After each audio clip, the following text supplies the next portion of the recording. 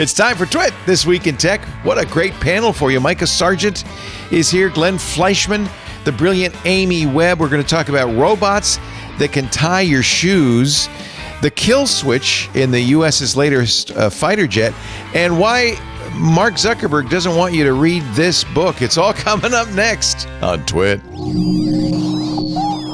Podcasts you love. From people you trust. This is Twit.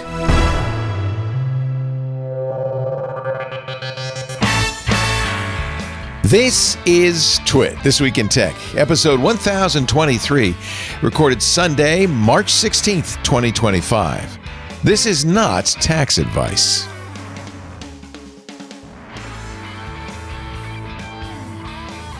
It's time for Twit. Let me start the timer, see how long we can go.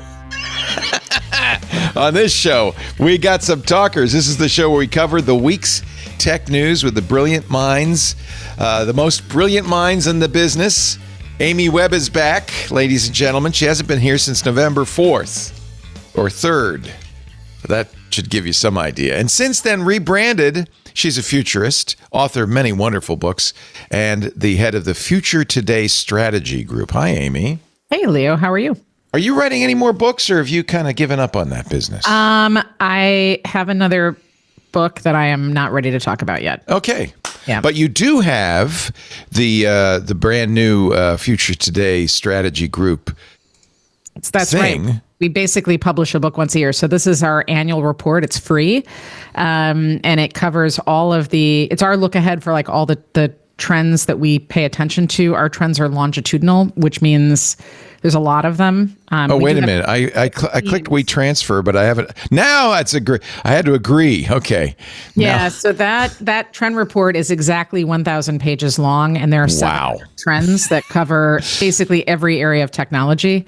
But you can start with the executive summary, which is our high-level overview of what's going to happen over the next year or so. Well, we'll be picking up a few things, but you cover AI.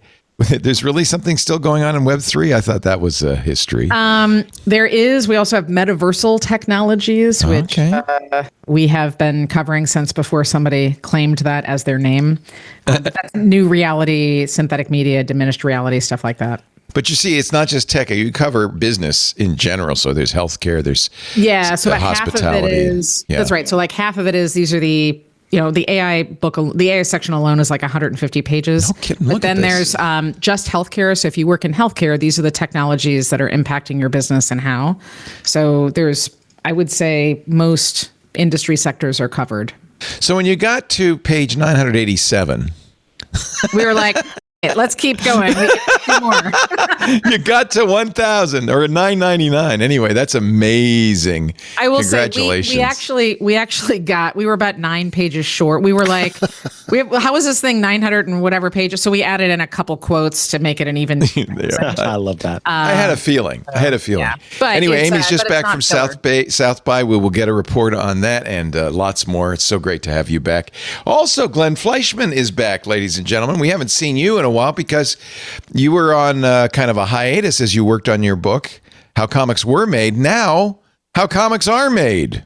Yes, it's the publishing world, right? So it's the past is prelude. There's a new the book came out last year, and I've been scurrying around at other projects since, and then a new version of the book, which is actually identical but has a new name, will be in bookstores in June of this year worldwide as How Comics Are Made. Awesome. Oh, I'm so happy very for exciting. you. An actual publisher, that distribution and all that. So that's really great. Exciting. And also here, my good buddy from that little place called Twit, Mr. Micah Sargent. Hi, Micah. Hello. I'm afraid to say don't currently have a book, but maybe I need to get on. You should write a book.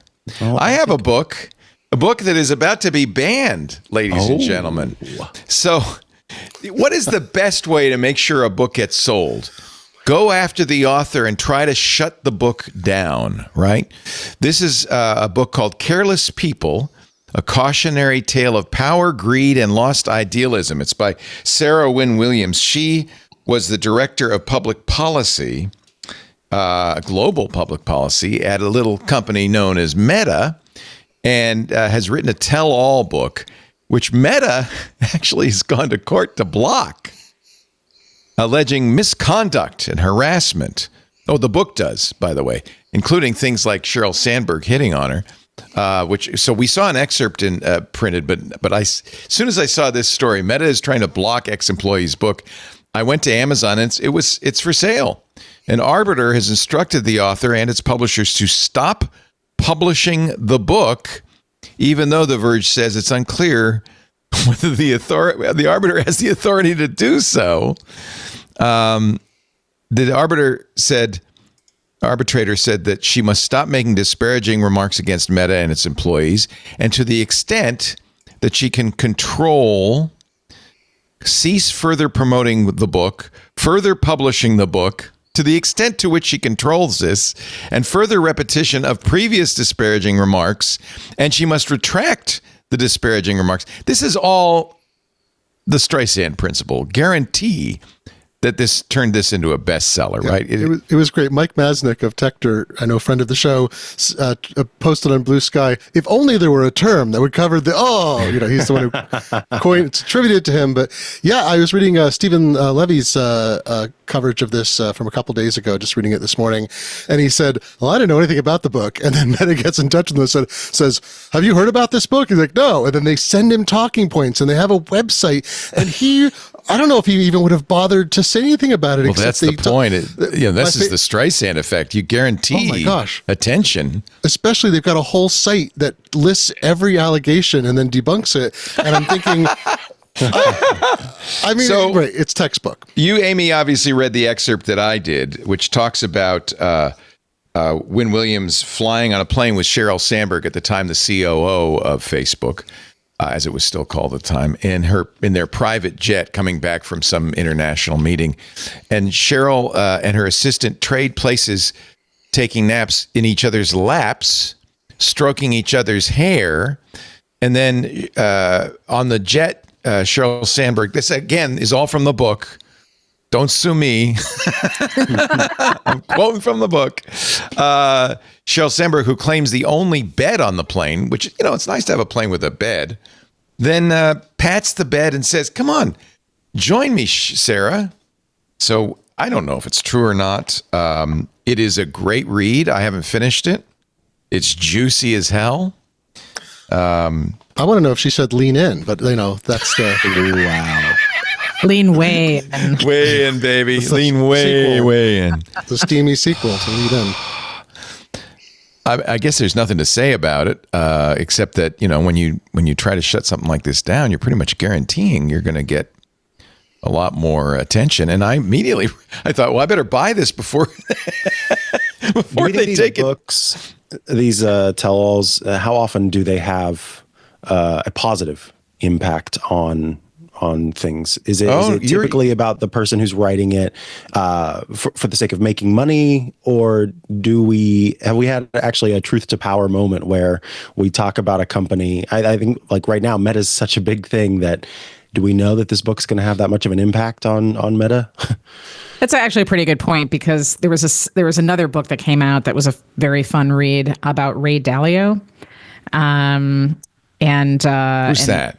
So he founded a venture capital firm, and it was written by, similar, very fast, breezy, fun, shocking read. But to your point, Micah, so you write that book because you've got a good story to tell, because you're angry, probably, maybe you're seeking retribution. But to your point, like, these very rarely, if ever, have any impact on the company. Or the leaders in that company. Yeah, the very fact that Mark is trying to shut it down tells you, he's not. And they're smart. Like, he's got a crisis comms team. The more attention that's brought, you want to shut it down, literally don't talk about it at all. Yeah. You want, it's adding to the fire versus suffocating it. I gather that's one of the points of the book, is that nobody tells Mark anything, right? That Mark gets to do whatever Mark wants, and people... when you get to that point in life, rich enough, nobody's going to say no to you, I guess. I don't know. They should have said, Mark, don't go after her, because you're just going to make Leo buy the book. Yeah, because it's clearly directed, right? There's nothing about the response that makes any sense from a damage control standpoint. Right. In fact, it's worse. They're highlighting all the things you should read. Yeah. And I've read multiple accounts in which it was actually a Washington Post, their book reviewer, one of their book reviewers writes a newsletter, said, I've never written something this long, but I've never had a company try to suppress, information like this before. And it's just, the thing you come across over and over again is that Meta saying all these allegations or many of these allegations were raised previously and we addressed them. And so the point is then why are you relitigating them if you think they're settled? But I was, Leo, to your point too, I was remembering there was, I would say it's not totally comparable, but was there ever a reaction at a company? If you look at Susan Fowler, now Rigetti. Oh, yes. But that the was whistleblower. Yeah, it's Uber. She wrote a Medium post and that's what blew everything up. And then the reporting that came from that, her book, she did that in 2017. I had to look it up because I knew she wrote a book. The book was in 2020. So the book was kind of a memoir and about, and I've seen this said about the same thing about this Meta book too, is it's a memoir that has explosive allegations in it, many of which again are just historical. They're not new. There's some new details. So if you take it as a memoir, it's a very different reading. And Meta could have just said this is one person's recollections. They don't match the company's. Blah blah blah.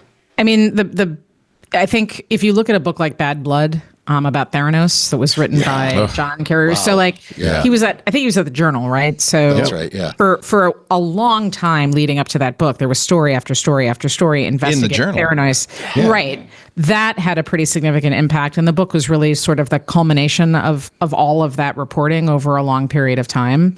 That has an impact, I think. But something that otherwise it's basically palace intrigue. And everybody loves a little, right? Yeah, it's juicy. Meta spokesperson Andy Stone, according to The Verge, says, quote, this ruling affirms that Sarah Wynne Williams, let me get that name right, Sarah Wynne Williams' false and defamatory book should never have been published. This urgent legal action was made necessary by Williams, who more than 8 years after being terminated by the company, deliberately concealed the existence of her book project. Do you wonder why? And avoided the industry's standard fact-checking process in order to rush it to the shelves after waiting for 8 years. Who's the publisher? Macmillan. That's improbable. I mean, so first of all, so I've written several books and Glenn has as well. But when you're dealing, I'm with one of the big, I guess there's only 4 publishers now. Yeah. So when you're at a big 4, there is copy editing, but it's standard practice. They do not proofread your books. So you are responsible for whatever facts are being divulged. That lets them off the hook, doesn't it? Correct. Now they will proof it, but there is no such thing as rushing anything to market. She didn't have like a hot scoop. There was no, she wasn't a politician, which means she was probably on a year-long schedule. So just so that everybody who's listening in has a little bit of background, because the book publishing industry is arcane and incredibly backwards and takes forever. And also you don't fact check a memoir. These are all personal recollections. I mean, my first book was a memoir, and I started out as a journalist, so you're ingrained. And I was at the Wall Street Journal where everything got checked. So anyhow, I would just encourage everybody to take what they're hearing about this with some amount of we don't. This is all her own story, and I mean, I have no reason not to believe it. But if who knows? She could have made it all up from whole cloth. Is there any? I find it astonishing. I find it astonishing how ready. I mean, not that they were to throw her under a bus, but that they're willing to discuss the terms of her termination, which that's always one of those things when companies do that. You're like, well, this is retributory, which they're trying to do because she did something that they don't like and so forth. But I mean, that's the biggest impact of it, I think, is that Meta is saying, if you do something like this, we will attack you in full voice. We don't really care about the financial, and maybe, maybe they're not thinking about it as well as they should. Maybe it came down from the top, but we're going to attack you with full voice, and we're also going to reveal details from your personnel file, essentially. The one thing that maybe Facebook would love to suppress is conversations about Myanmar, the genocide there, and Facebook's role in it, and apparently Mark and Cheryl's lack of interest in that. But so there's some things that reflect poorly on Facebook. There's some things that reflect poorly on individuals. I don't know. I'm going to read it because I like that kind of juice. Anyway, thank you for letting me know about it. I appreciate it, Mark. One of the WeWork books was quite good, but again, that was after lots of reporting. But I was like, I don't know the whole story because I read it over X years, and it was a really great story. And there's second acts that are coming still, and so forth. I saw the TV show. I think that's probably the next step on this path. By the way, yeah, exactly. We've seen that. All right, let's move on to real news. I couldn't resist. This came yesterday. I'm so excited. I have something to read tonight. Actually, I have two things to read because, Amy, I'm going to read your new Future Today strategy group 1,000-page what's to look forward to. You did a South by talk yesterday, the day before? When did you do your talk? It was last Saturday, so a week ago. Okay. What was that about? So every year at South by for, I don't know, many, many years, we launch our annual report. And so it's a speech that officially launches the report, but I usually sort of pick some things out of it that are interesting to me or emblematic of what's coming on the horizon. There's usually a theme, and the speech is that. So this year's theme was sort of beyond. We've entered this liminal space that I'm calling the beyond. That is, the rules. Or the upside down. You get to choose. Okay. I like kind of beyond because I think what's happened is, so last year we published this paper on the technology supercycle, which is an economic event. But I think what's starting to happen is there's this convergence of different technologies and some changes in society that have pushed us into a situation where the rules are breaking. There's something called the enhanced games that when I first heard about it, I thought was a joke. It's not. It's a bunch of VCs and tech bros who have gotten together, and the goal is doping. So it is to push human physical bodies as hard as you possibly can. My sport is cycling, so I'm, a lot of doping. Is it biohacking or just taking drugs? No, it is. So again, some of this makes a little bit of sense. So studying human performance and using a combination of biology and medicine and genetics and genetic engineering and CRISPR, along with different types of technology and training. But the end result is it is doping, right? So let's push the human body as hard as we can and until it breaks. Hopefully they don't die, and then they compete. But that, right? So but that's quite like the a real opposite thing. of the like Tour the de France, where you Olympics, throw people out doped. when they dope. This is like everybody dope. Let's see what happens. Right. I should have set that up better. But the I think the key here is this is a group of people who are now overtly talking about creating superhumans. Right. So there are things like that. There are metamaterials. These are materials that are engineered that don't obey the laws of physics. You actually saw some of this yesterday. There was a riot, I think, in Belarus, somewhere over in Europe, and there was a sound that was emitted that cleared everybody. So that is an example of ways of bending particles and light and sound in ways that we haven't been able to before. So and then robotics was another piece. There are new biohybrid computers. There's brain-powered computers, literally made out of neurons. This sound weapon worries me. This sounds like the Havana syndrome. Wait, yeah, I was hoping we could go back to the sound thing because I thought, so this is the first time that's been used? I thought there was like it's not the first time that's been used, but it's, and what I actually posited was what we've seen before is sound to get people to break up. I was actually used in Philadelphia not too long ago. I was on a cruise ship sailing the Suez, and they had sound weapons to repel off pirates. Right? Yeah. And I just assumed it was really loud, annoying. Maybe they were playing, heavy metal. I don't know.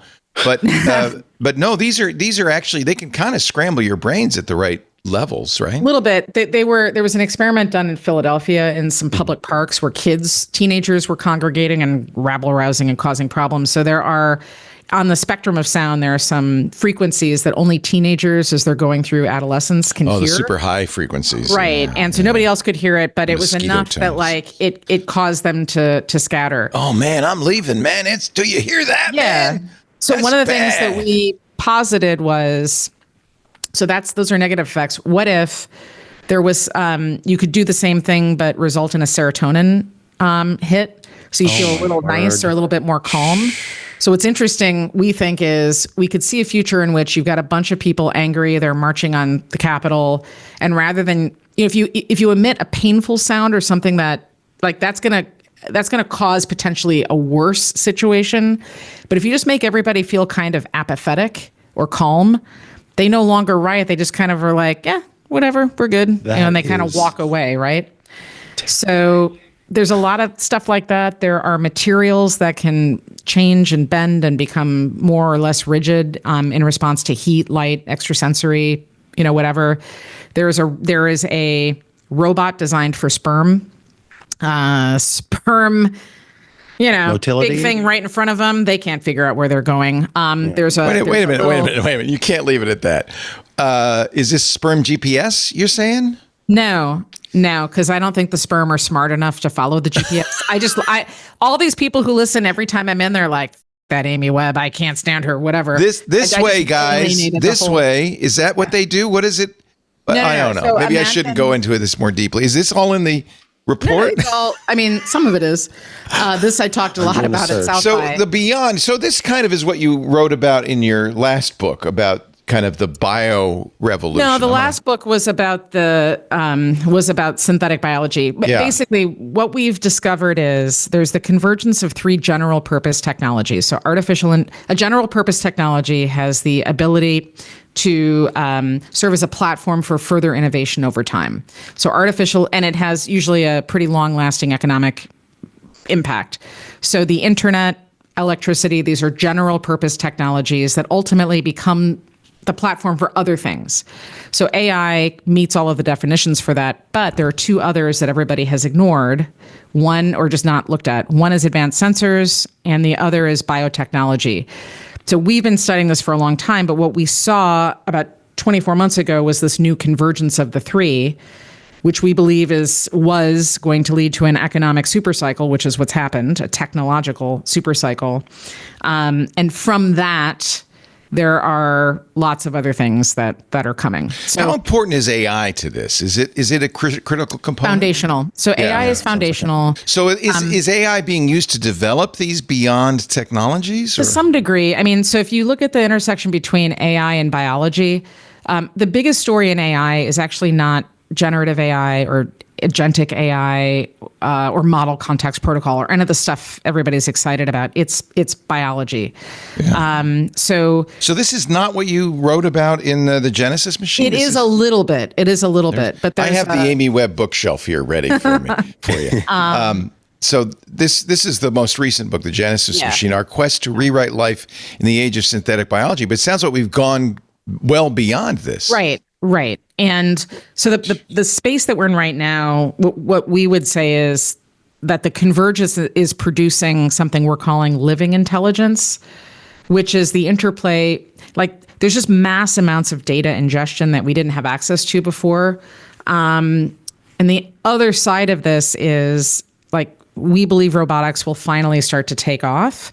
And to some degree, that's because there was a robot in 1928 called Eric. Eric didn't do very much. It could kind of sort of gesture and stand up, and it had a pre-recorded talk track. 2013 is when Boston Dynamics released Apollo for the first time. It was Apollo, right?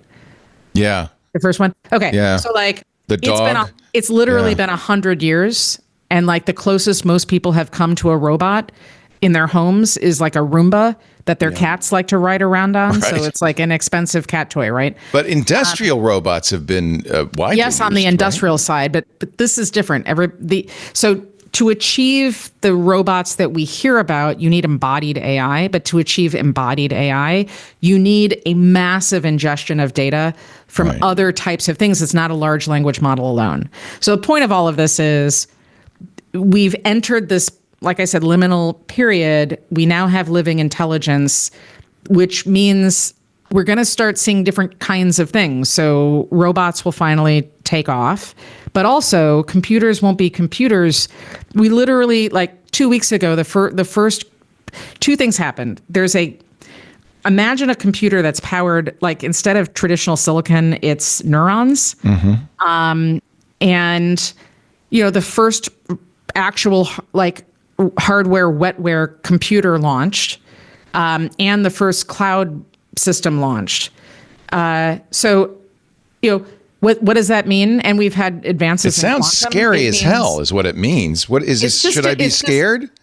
There are ethical issues and everything else. I think the bigger point is, especially for the people listening to this show, a classical computer is not the only thing that you should be thinking about over the next decade. A computer is not just going to be the type of computer you see today.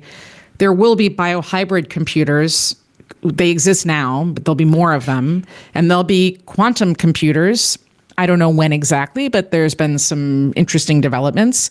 And there'll be embodied AI, which is effectively, a different type of data ingestion, which then is a computer. So we've talked, we renamed This Week in Google to Intelligent Machines and have been covering IM. We had Ray Kurzweil on last Wednesday. But I've talked a little bit about the fact that LLMs, because they're stuck in the machine, can only go so far. What we have as humans that they're missing is our sensorium, our ability to go out into the world. And it sounds to me as if AI, people working on AI, recognize that we need to embody AI and give it experience in that way. That's going to be a very qualitatively very different kind of AI. AI doesn't know about gravity, right? It just knows what it reads. I mean, kind of, but I'll give you one last example. Doesn't know it experientially, I guess is what I'm saying. Right. So Google, this made no headlines at all, but Google, not too long ago, DeepMind, finally made a robot that can tie a shoe. So tying a shoe is something that comes pretty And natural. by the way, fold origami and close Ziploc bags. But yes, and that's all very awesome. But the tying the shoe is that a hard thing? Yeah, because it requires the fine motor dexterity that we have, but you also have to sense tension.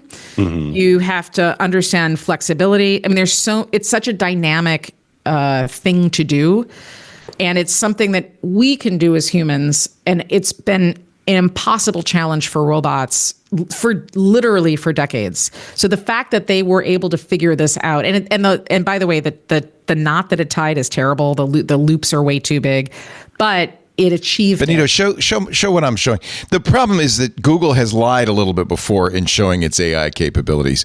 I'm very nervous about this, but this is Gemini Robotics, a robotics division, and this is an autonomous robot. That's a plastic banana. That to me is not exciting. I know what they're doing right there is yeah, but watch, he's moving it around. Yeah. And the robot is recognizing and following the task. These are small steps. I understand.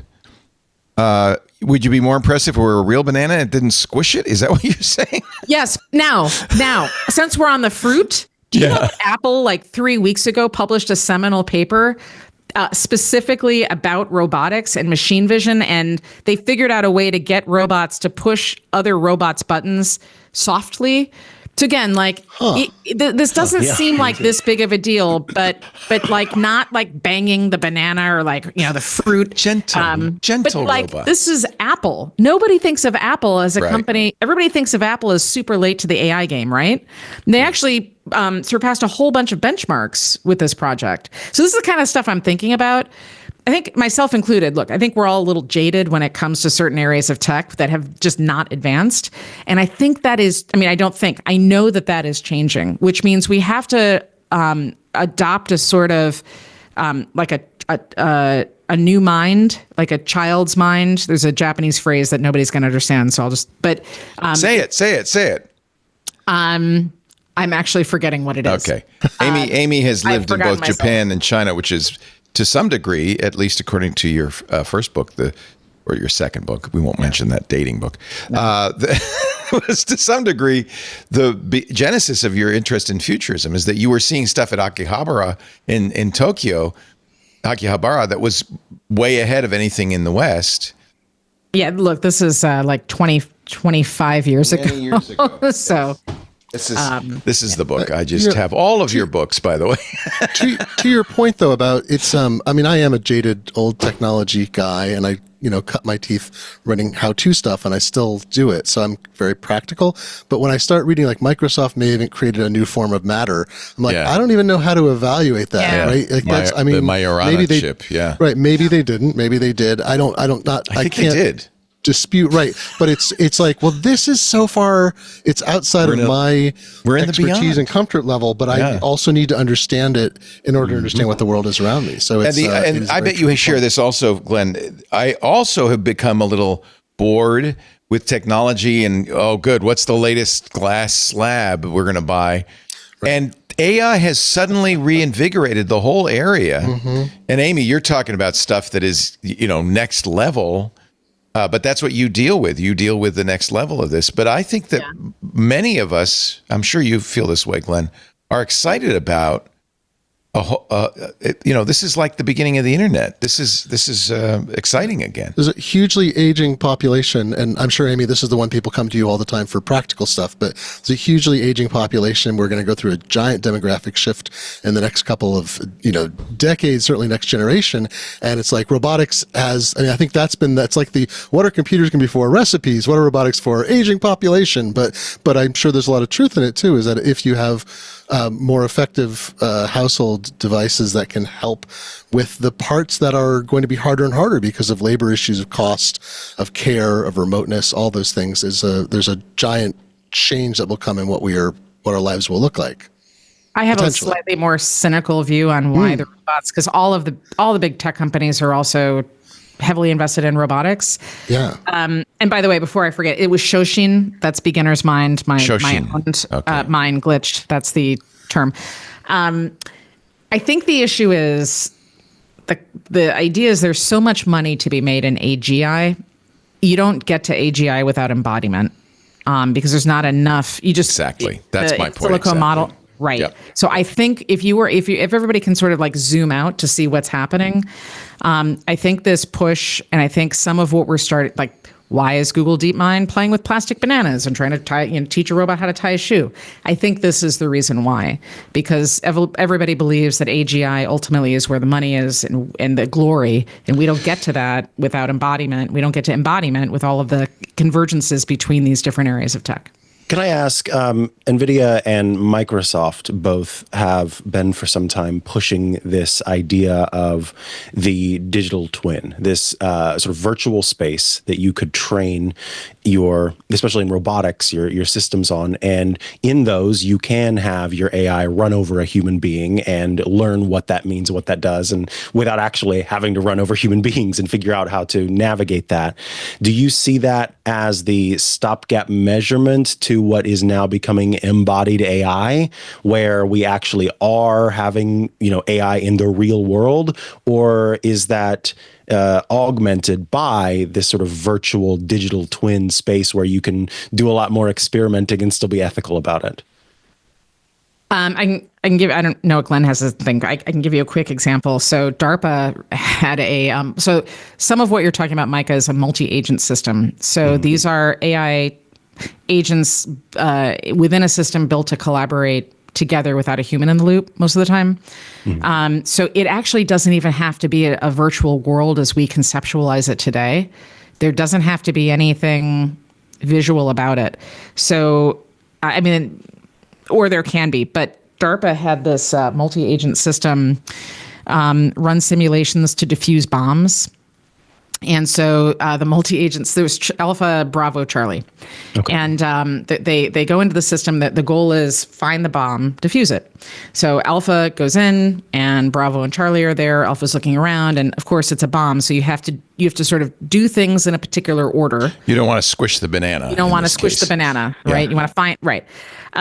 So, Alpha finds the bomb, relays that to Bravo. Bravo and Charlie confirm, send back to Alpha. These are the instructions, like do this in this order. So this is great, right? We've got these three agents working collaboratively without a human in the loop. All is well. And then they changed their strategy. Rather than burning all this time and energy running around trying to find bombs and defuse them. The goal was diffused bombs. So guess what they did?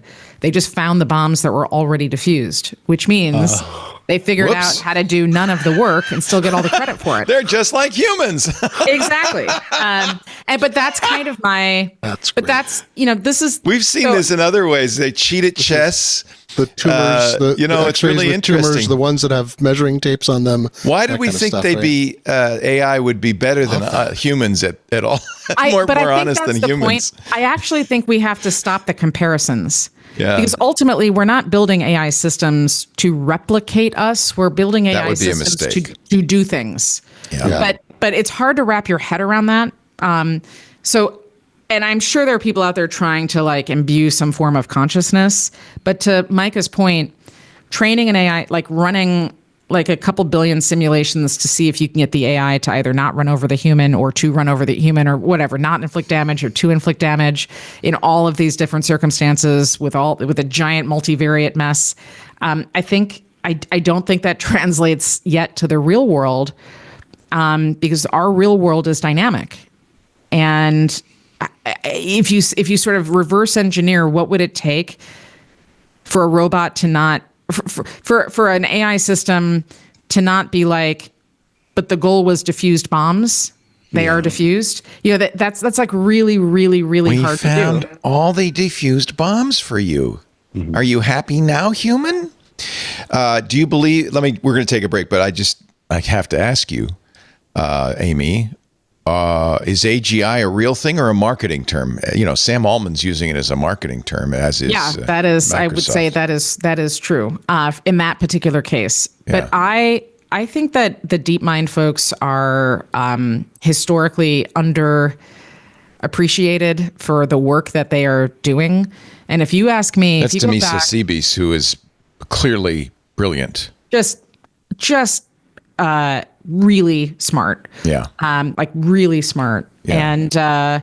And I also think that Dario from Anthropic, who leans a little more, I think, academic, also just off the chart, thinking differently than everybody else. But if you look at some of the DeepMind work from a couple years ago with some of the multimodal gameplay, I mean, there is no agreed upon AGI definition, but from my point of view, like that is the beginning of AGI. Yeah.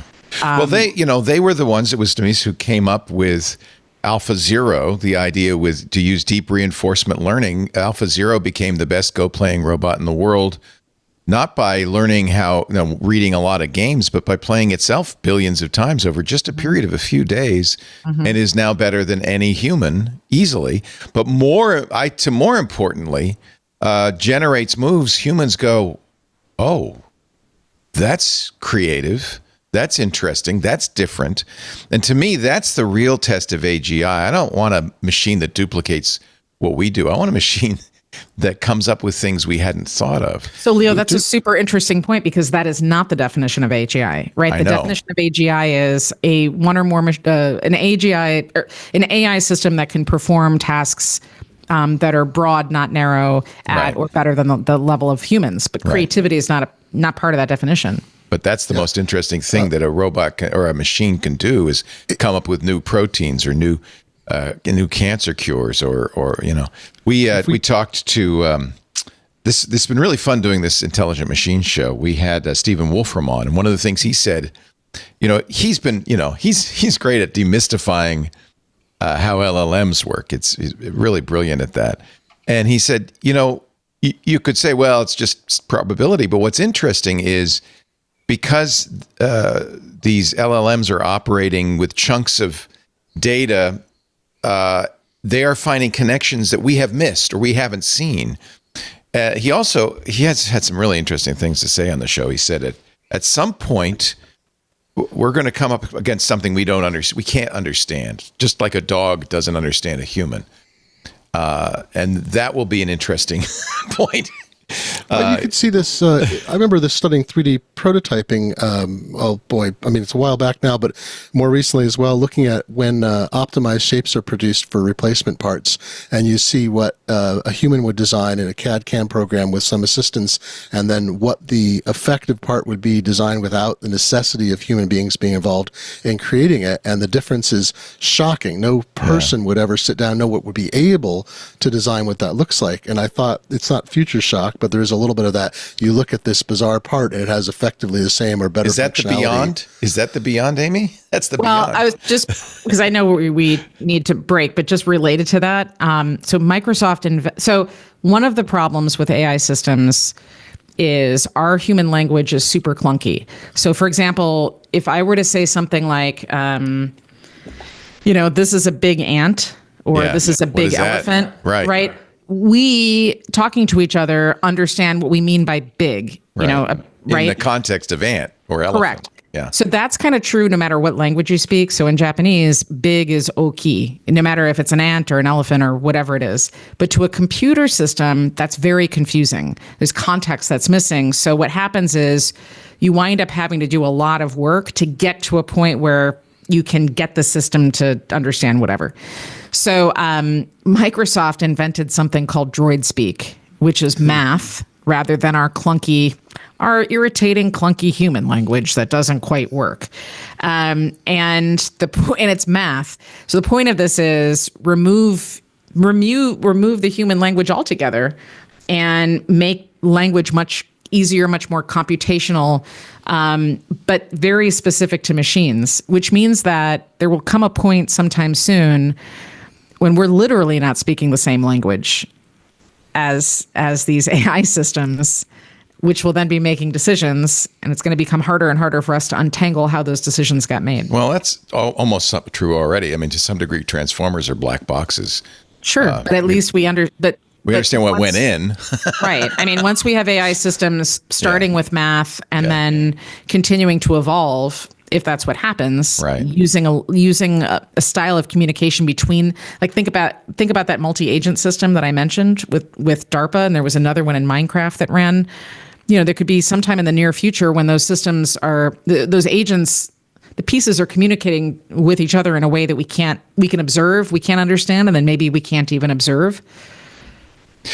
Well, this was the week. I mean, you could put it in your calendar that Google DeepMind announced that they were going to start Gemini Robotics on Wednesday. In order for AI to be useful and helpful to people in the physical realm, they have to demonstrate embodied reasoning, the human-like ability to comprehend and react to the world around us, as well as safely take action to get things done. This is the next big step in AI. We're going to take a break. We have a lot more to talk about, including a machine war movie. It's the most expensive movie ever made. It is already generating a lot of bad reviews. But first, ladies and gentlemen, by the way, I got to say, great panel. Micah Sargent is here from Tech News Weekly, Hands-on Technology. It's great to have you. And of course, you do those wonderful crafting corners in our club. Really love having those. Your little house that you built is behind him. This is the house that Jack built. Yeah, well, Micah built anyway. and been a long time since we stopped seeing Glenn Fleischman. But you kind of took yourself off the panel working on the book, but now the book's out. I hope we can see more of you. Love having you on. Appreciate it. Back. I retreated into 19th century printing history, the most lucrative field of study right now. Who else is doing that right now? It's been going great. Jeff Jarvis is writing a book on linotype. What is wrong with people? It's great. It's there might be a competing book on linotype, in fact. I think. Oh, really? Yeah, Anybody I know it's a hot topic. It is. I will tell you, my best career move was moving to the 19th century. I'll just tell you that. I think this is part of that moving into the beyond, this weird, uncertain world that we are now all living in. That's going to get weirder and weirder by the second. Is that we have a nostalgia for a simpler time. they always said that there'll be newspapers. They'll be nicely ironed by your robot butler and delivered on a silver salver, and it'll be very nostalgic. Very I gotta find this photo. It's an image from a book from the late 1800s called Quads. It's this weird little book I bought, and it had a robot. I mean, this is I think it was the 1800s. It was before even the word robot was coined by Karl Čapek and it's a robot thing or some kind of steam powered thing setting type, and I'm like, how did they even predict that? Anyway, it's great. That's what they thought. It's amazing. The robot will set pieces of metal type. That's of course the future. We've people have been writing about this for hundreds of years, and now guess what, kids, we get to live in it. It's great to have you, Glenn, and of course the wonderful Amy Webb from the Future Today Strategy Group, FTSG.com, and your Future Today presentation. Well, first of all, your speech at South by introducing the Tech Trend Report is up on South by's YouTube channel, so everybody can watch that. But you can also download the Tech Trend Report, right? Is it free to all? You get all 1,000 pages for free? Yes. The only caveat is we ask people, yes, so anybody can download the whole thing for free, or you can get the individual sections. We just ask that people don't upload it to SlideShare or ChatGPT or whatever. And of course, have you blocked AI from reading this? Is there a way to do that? No. Okay. Leo. I'm reading it right now. No, it's worse. People are like, hey, guess what I did for you? I built a chatbot using your. Thanks so much. I didn't ask for that. And we literally say there's a whole page. Please don't. Do not do that, where our lawyer will contact you. Can I make a podcast out of it using Notebook LLM? That is. I will just say this one last time for the 15 billionth time. The key feature of Notebook LM is not the podcast feature. It does so much more than that. Okay. But also don't make a podcast, please, Leo. Out of my stuff. No, I won't. I promise. I promise. It's great to have you here, Amy, as well. Thanks to all of you for joining us. I think you're probably already realizing this is a special show. Whenever we can get these people on, it's always exciting. Our show today brought to you by Zscaler, the leader in cloud security. You've heard probably people talk about zero trust. Here's the problem. Enterprises have spent literally over the last decade billions of dollars on firewalls, perimeter defenses, and VPNs so people can get in, right, and get to work. But breaches are not going away. In fact, they're rising. An 18% year-over-year increase in ransomware attacks. Last year, $75 million record payout. That's probably just the tip of the iceberg, right? Because these traditional security tools are actually kind of counterproductive. They expand your attack surface because they have public-facing IP addresses. And, of course, the bad guys know that. Gosh, as an experiment, I put up a SSH server a couple of days ago just in public. It was locked down, but it was in public. It was almost within the first hour attacked by bad guys from Albania, or at least IP addresses coming from Albania, China, and South Korea or North Korea. We don't know. Korea. The minute you have a public-facing IP address, the world comes to your door, bad actors, and now that they're using AI tools, faster and easier than ever. Plus, there's a real problem because once they do penetrate your perimeter defenses, the assumption is, well, anybody inside the network's got to be an employee, right? Got to be okay. No, they can move around at will. They can exfiltrate all this private information, your customer information, your emails. They do it in encrypted files that your firewall's struggling to analyze. You're in bad shape. You're in real trouble. Hackers are exploiting traditional security infrastructure, and they're doing it using AI to outpace your defenses. It's time to rethink your security. We can't let these guys win. They're innovating and exploiting your defenses faster than you can move. That's why you need Zscaler. Zero Trust plus AI. It does a bunch of things to stop attackers. First of all, it hides your attack surface. Apps and IP addresses invisible. Bad guys can't attack something they can't see. It eliminates lateral movement inside the network. Users, good or bad, can only connect to the specific apps they're authorized to use, not the entire network. And Zscaler continuously verifies every request based on identity and context. You'll like it because it simplifies security management with AI-powered automation. And by the way, Zscaler is analyzing over 500 billion daily transactions, the vast majority of which are benign. Every once in a while, they're not, and they use AI to analyze those so that they can give you a much better sense of what's going on out there in the real world. 0 days are out there constantly. Hackers can't attack what they can't see. Protect your organization. Zscaler Zero Trust Plus AI. You can find out more at zscaler.com/security.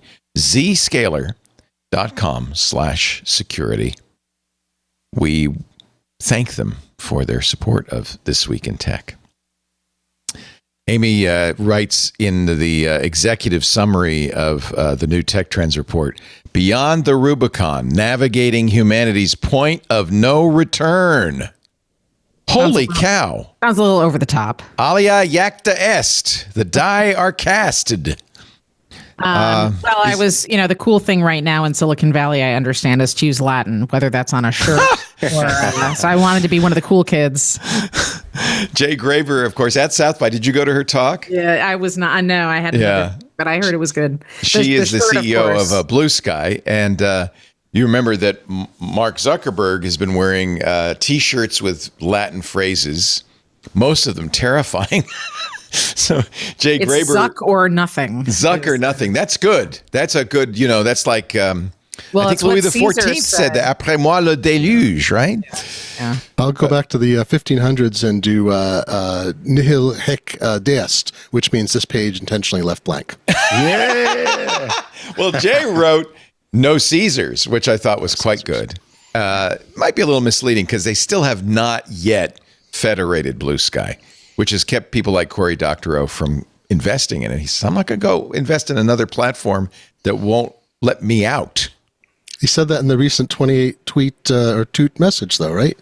On Blue Sky? Did he toot? I'm kidding, but he's on Blue Sky. He's just, I don't know what he won't. Yeah, he puts everything everywhere. He's on Mastodon. It's great, yeah. And then he has but he still uses X. Yeah.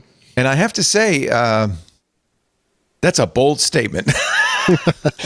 It's the only excuse I have for every once in a while looking at X to say, well, Corey's on there, so it can't be. How bad could that Nazi bar be? So have we crossed the Rubicon, Amy? Yes. Okay, just questioning. Yeah, we're in it now. Look, I don't mean to sound like nihilistic or anything, but look, I mean, is it bad for humans? I mean, no. Look, for the most part, believe we have free will, and I think that we're still very much in charge of. Oh, so it's not too late. No, I think we have agency, but I think the problem is there was a great book that everybody should read now called Future Shock, written by Alvin Toffler in the 60s, I think, when there was a lot changing, but it describes some of the challenges that we have cognitively, emotionally, dealing with a lot of change really fast. And that was nothing compared to what we got today. Yeah. So I think the answer is we hit many inflection points in the past 12 months. And sometimes these advancements in technology beget further advancements. And this is happening at the same time of pretty significant geopolitical changes and economic uncertainty. So everybody's going to feel sort of the way I'm describing this is no longer FOMO. It's not the fear of missing out. It's FOMA, the fear of missing anything. Or the fear of being in it. Yeah. But can we just pause for a bit and go back in time or something? I mean, I guess not. So that's why you started with that quote in your talk about in a week? You quoted Lenin. Tell us. What was the quote? Here's what I did. I actually had everybody. I printed out. We have these little wooden blocks that I gave everybody on their way in, and at the very, very beginning, I told everybody to take these things and like raise them in the air and lean to your left and stick them under your butt. And then I didn't acknowledge them after that for a little bit. We came back to it. You are so strange. I put up a picture. Well, I'll tell you, I put up a picture of John Lennon. And I said, given what's happening in the world today, I thought I would start with a quote from Lenin. And then I said, not that Lenin. Oh. This Lenin. Oh, wow. Vlad. Right. It was the quote about, which is probably not his originally, but there are weeks when decades happen. Yes. Because that kind of describes how we feel. But the reason for the, and then everybody was like, she went there. But the reason for these things that I made everybody sit on. So you guys they don't look comfortable, by the way. They're not. And that was the point. They are uncomfortable. Okay. Everybody's had a stone in their shoe at some point, like a rock in your shoe. And when that happens, there's a cognitive flip that happens in your brain. It's a small thing. It's irritating, but suddenly it becomes everything. You become fixated on it. You lose sight of anything else. It's hard to split your attention. And the higher order functions of your brain sort of they're put on pause. Yeah. So you actually stop thinking about the more important stuff.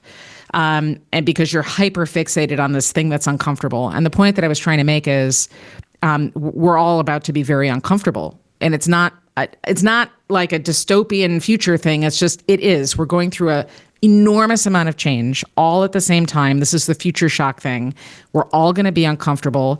And part of what you have to learn how to do is refocus your attention so that you're able to zoom back out and it's okay to be uncomfortable while also staying connected to what's happening around you. So I invited everybody to continue sitting on this for as long as they could and while focusing their full attention on me. As a way of practicing. They'll never forget that talk. They won't. Well, and so at the very end, because it was dark, we looked at what's written on here. Yeah. What's written on here are things that you have to remember during this time of discomfort, which are things like every problem is a puzzle, and you have to think big and think bigger and expand your comfort zone, stuff like that. And I asked people to keep that block visible because going forward, it's a reminder that like you didn't die, like we made it through the hour, you're still alive, you learned some stuff, and you know that you can sit with discomfort. And that's what we all have to learn how to do. I want to build you a mega church, Amy. You need to have a 24/7 TV channel. It's just Amy Webb on the future, and you just sit there and talk. Are you calling me a righteous gemstone? Yes, and I will sit on any cube you hand me. You're great with the tchotchkes, by the way. I have many of the Future Today, formerly Future Today Institute, now Future Today group tchotchkes, and I've been very happy to store them all on my shelf right here. I was kind of hoping we'd all have cubes for today that we could sit on. I wish we could get some cubes. Let me give you the 10 takeaways quickly, because I think these are important from the report, and then we'll move on to other tech news. But what you're saying is so important. In fact, I want to get you on intelligent machines to talk about this as well. Can I preface it? This is not what we are. These are not predictions for 2025. Right. These are the things that will matter in 2025. I think a couple people got confused. Okay. We're not going to have AGI like 3 months. But these are things you will encounter and be thinking about in the next big macro themes year. In the next year. Get ready, kids. Living intelligence merges AI, sensors, and biotech into systems that think, adapt, and evolve. And this is the most important part, beyond our grasp. Tech giants form unlikely alliances as AI demands force former rivals to share computer power and data. I guess you could say the precursor to that was OpenAI and Microsoft, which is a very tense relationship as time goes by. Action models eclipse language models. This is what we were talking about earlier, as AI shifts from talking to doing, reshaping automation's frontier. And that ties into robots finally break free from factory floors as advanced technology enables real-world adaptability. There's some good news. The climate crisis spurs rapid innovation as extreme weather events accelerate next-gen technology adoption. Sounds like you're bullish about our ability to solve these. I know that sounds weird given threats. That Bill Gates just pulled out of some of his projects. Did he? He pulled out of the what we're hearing. But again, interesting. There's too much money to be made in advancing technology to help mitigate climate crisis issues. So if it doesn't happen in the U.S., it's going to happen in China. He was working on sodium-cooled mini reactors. I wonder if he pulled out of that. You do talk about that. I think it's some of these other more thematic, like climate change is a problem kind of. Okay. Yeah. Nuclear power resurges again. This is another point from the FTSG Tech Trends. as AI's energy appetite drives tech giants to invest heavily in small modular reactors. That's already happening. We're seeing that. Agentic AI systems set their own goals. Oh, boy. And execute complex decisions, augmenting human expertise. Oh, dear. Quantum computing reaches its inflection point. You think it's going to happen this year as error correction breakthroughs unlock practical use cases? So the inflection point is error reduction. Right. There's like 100 inflection points en route to like commercialization of quantum computing, which we are not at yet. Yeah. So, but that's a good inflection point. Metamaterials rewrite physical limits as engineered substances transform how we build our world. Well, I mean, I know about graphene. What are we talking about here? So I mentioned sperm bots at the beginning. So imagine, wearables for your cells. So wearables for the inside instead of just like, Ray Kurzweil was talking a lot about nanotechnology. And of course, his premise is, and he said this on Wednesday on Intelligent Machines, he says, we're still on target to AGI 2029, 5 years from now, or 4 years. There's no way to. I mean, I hate to like. You can't predict it. I understand. There's no way to calculate it. He's been saying though. He has his own specialized Turing test. He and Mitch Kapor did a long bet in 2000, I think, 25 years ago, about this, and he said he has an advanced Turing test that will satisfy his definition That's of fine. AGI. There are so many so again, if you're a if you're anybody and you're like, okay, 2029, check. I can like get onto other stuff between now and then.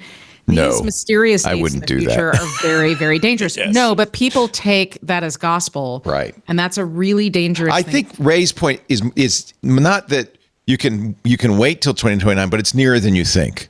And he's been saying 2029 for 40 years, by the way. All right. Yeah. So like, great. And it doesn't matter. He likes to go back. Look, he likes to go back in time and say, I got all of these predictions right. 86%, like he says, yeah. Okay, but a lot of it is squishy. So right. It's easy to be squishy, yeah. I'm more interested in a quantitative model that gets us to better decision-making. I don't really give a about exactly what date in the future. Yeah, I agree. But he's writing popular nonfiction.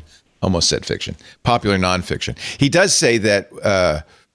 he calls a singularity when we merge with machines. And this is kind of what you were talking about, is nanotechnology and maybe human-machine symbiosis, which he says is more like 2049, 20 years from now. Okay, except that Cortical Labs 2 Tuesdays ago now has a computer that is part silicon, part human, part brain. So again, like that is a right now there's like 10,000 neurons inside of that machine, and it's hard to do a comparison of neurons to transistors.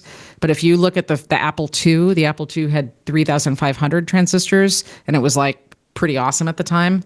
Yeah. My current computer, I don't know, probably 4 to 16 billion transistors, something like that. Yeah. So the point is, and a neuron is much more powerful and capable. So 10,000 out of context, I don't know what that means, but this is the first machine. So it is not the year 2049. It literally happened 2 weeks ago. Right. I think he's more interested in when he can merge with a machine, but that's Finally, this is very interesting to me. Private enterprises colonizes cislunar space, birthing an economy between the Earth and Moon that reshapes commerce. That's really interesting. You're talking about manufacturing in zero gravity, but is it more than that? So some of it is manufacturing.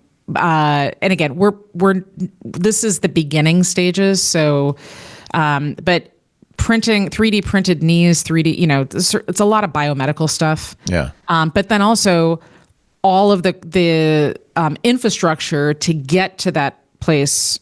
Right. So you need the lift systems, you need all of the stuff to make that point addressable, if that makes sense. So it's a lot of infrastructure that we're starting to see now. Interesting stuff. You can all download this and read it, FTSG.com. And there's 1,000 pages. That's just one. But it is kind of elaborating on those particular and look, topics. I don't want to disparage. You should download the report. It's great. I don't want to disparage Ray. So it's obviously he's had an incredible career. You're doing different things too. I worry when people get stuck on dates and then and look to oracles, because it gives you permission to not pay very close attention in the present. And that's really important for everybody listening in or watching us, because everybody who's here is like deeply, deeply involved in technology, and you're the ones who have to be like super involved in what's happening and not absolving yourselves and sort of, getting excited. I know a lot of your business is advising industry and government, but if you were advising our audience, you were advising us as individuals, what would be a proper way to approach this coming, craziness? Well, we work with all but one of the big tech companies, I should also say. So we're, they're asking the same questions. I understand. They are asking the same questions. Yeah. Again, I think most organizations took a while to get through digital transformation, and probably everybody listening in played some part of that. The next thing is this AI transformation, but everybody's like, you could do great by helping everybody zoom out and see the bigger picture. Like, the future is not just agentic AI. There's other things happening. Yeah. And maybe if you're interested in robotics, now is a probably good time to pay a little bit more attention to that. That's one of the reasons I named the show Intelligent Machines, because I knew it wasn't just smart AI, right? I mean, I think it was Dario last week who said no more coder, like humans will not code anything 5 years from now or something. Mark Zuckerberg said that too. He said they're going to hire an AI as a senior engineer this year. Yeah, so I'm sure that has a lot of people really concerned. I don't think that's the case. I think that there's a lot of desire to make headlines right now. Yes. So, that's the problem, isn't it? And that is our job. Micah, that's our job. That's your job. To take, not to make the headlines that get the clicks, but to really kind of try to speak to, and this is why I love having you guys on, to try to understand this, which means maybe we're not the most popular shows in the world. We're not Joe Rogan.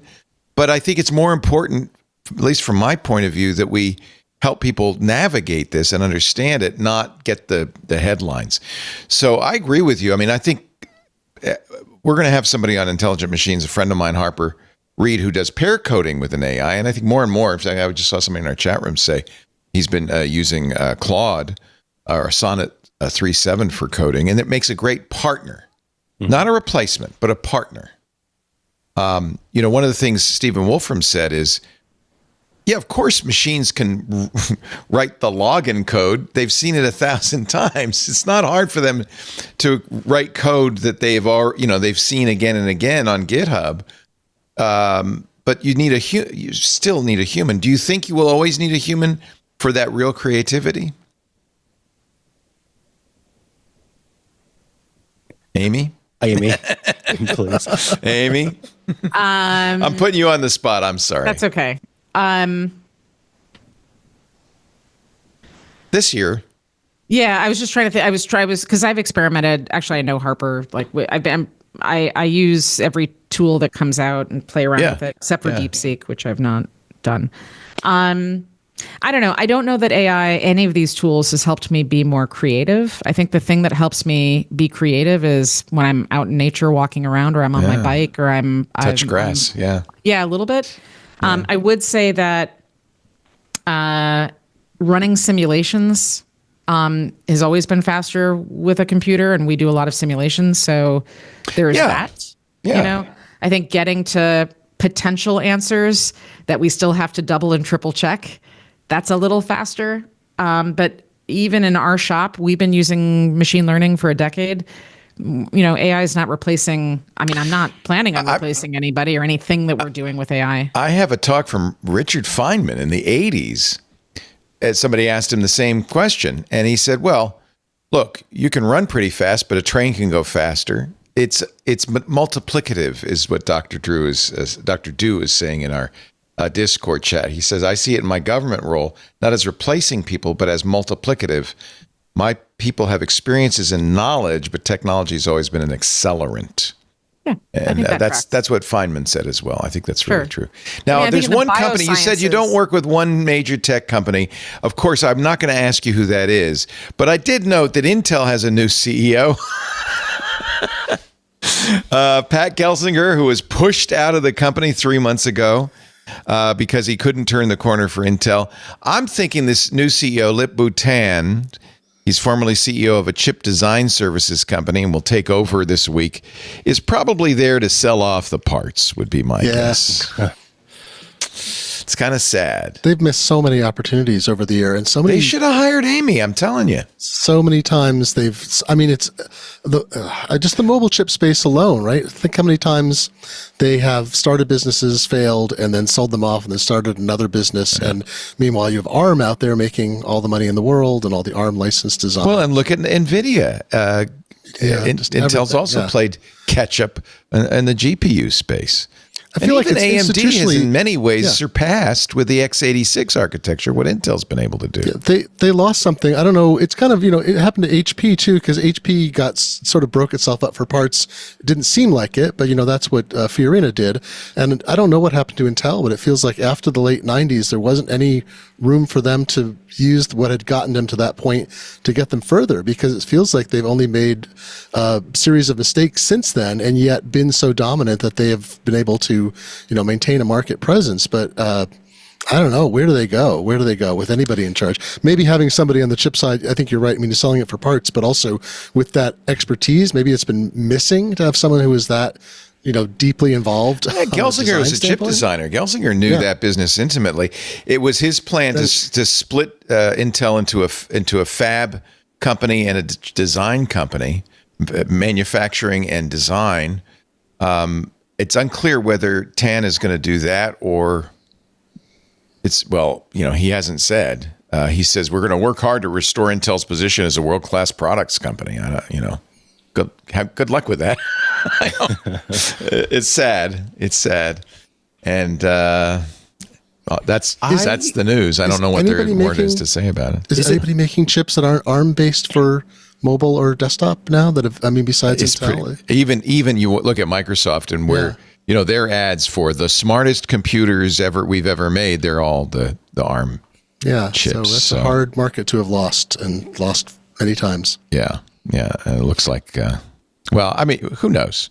Maybe Amy knows, but no one else. The process seems to be working as intended, though, does it not? If you can't compete, then you die. Yeah. Well, I think at General Electric, General Electric is no more.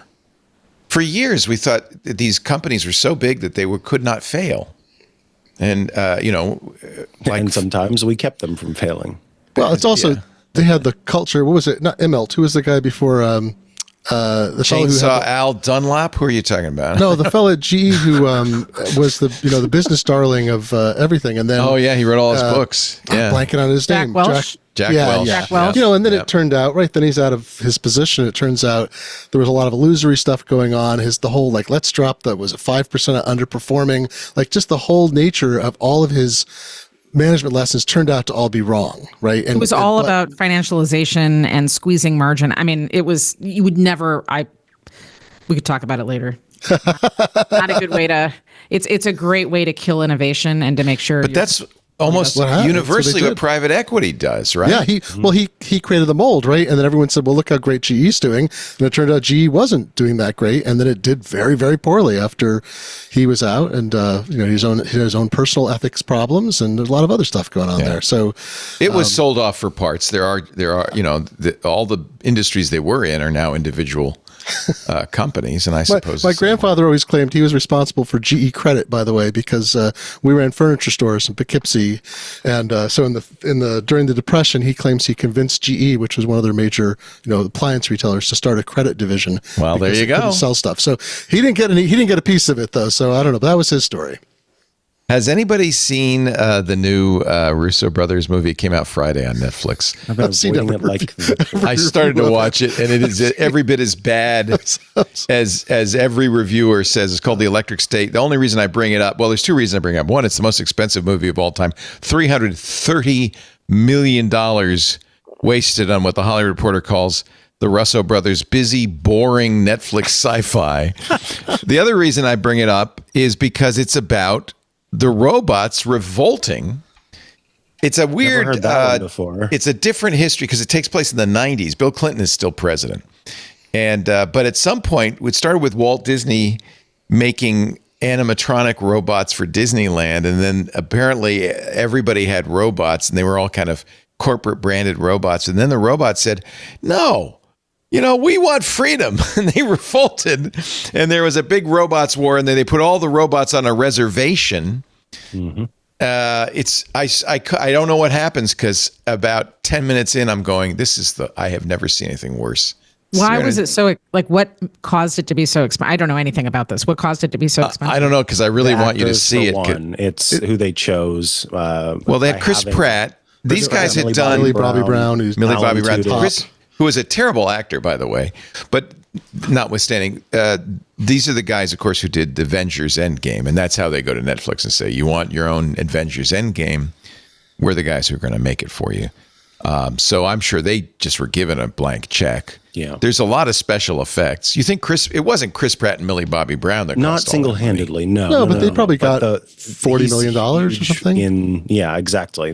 Him, and then for Netflix's side, Netflix loves their Millie Bobby Brown, and then who else was in it? She was great in Stranger Things as 11. I watched Damsel they made with her, which was had a lot of CGI, this big budget thing, and it was fine. And when I got to the end, I thought this feels like a single episode installment in a series.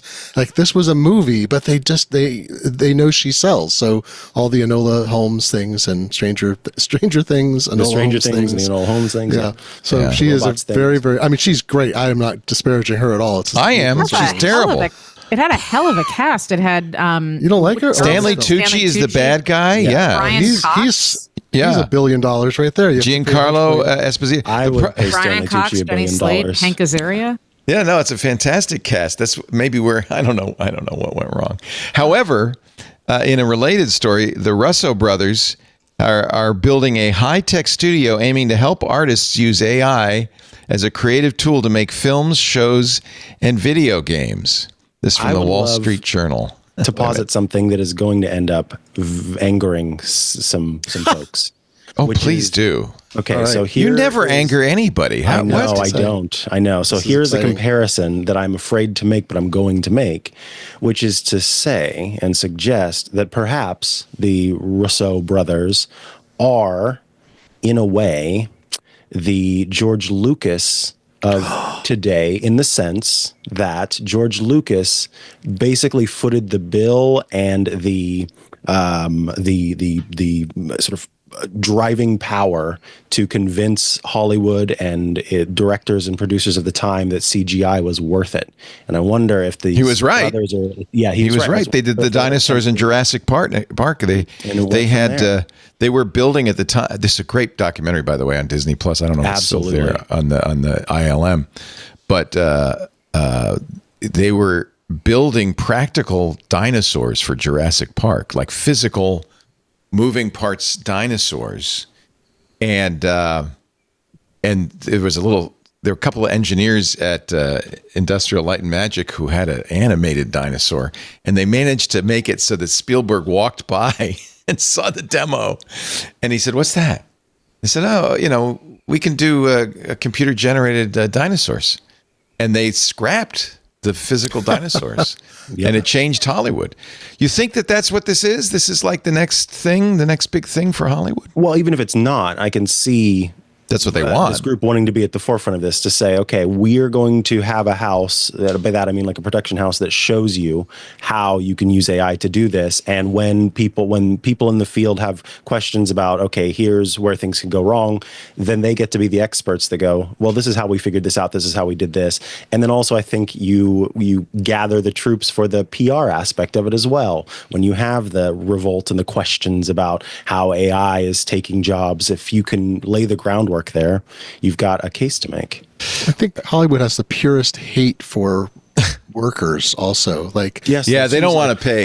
You think they are happy paying Millie Bobby Brown billions of dollars? No. I mean, I live in Seattle, so we see the contempt that Boeing has had for decades on its employees. It's like, who makes the planes? The executives don't make the planes. Who makes the movies? Like, if it's Uber, Uber, but for movies, right? It's Uber has incredible contempt for its drivers and all the driving services too. They see them as a means to the next thing they can do, where they don't have to have those employees, or they can work as perfectly as mechanical Turk insertable components that they don't have to deal with as individuals. Well, it goes hand in hand with what Amy was talking about. That's what Boeing did, was the financialization of Boeing. Oh, devastating. The Lockheed Martinization of Boeing is what they call it up here, because Lockheed Martin came in and ate Boeing from the inside out, and you could see it in real time as they made bad mistakes. So this is what Can I repeat your chat comment? Okay. Let's say management consultants don't always have the best track record. Shall we say that? Yeah. But this is also more than just management consultants. This is how private equity works. You take out a lot of debt to buy a company, and you have to make money out of that. You have to, financialize the company, pay off the debt, sell it off the pieces. There's a wonderful Futurama episode where Hermes and his wife are they go on what's supposed to be a vacation. It turns out it's a work camp basically, and they're all doing mining. And Hermes is an efficiency expert. He's a licensed number bureaucrat 1,000 years in the future.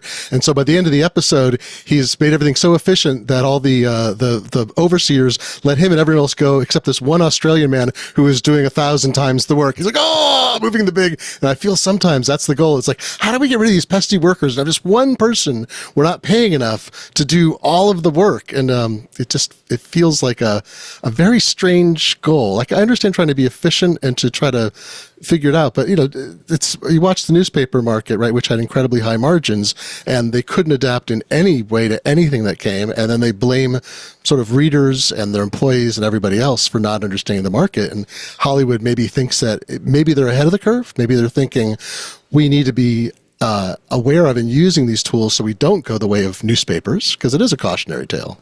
The interesting thing about this Russo brothers movie is that the humans are not sympathetic, as well, I guess Chris Pratt is and Millie Bobby Brown, but the robots are much more sympathetic than the humans.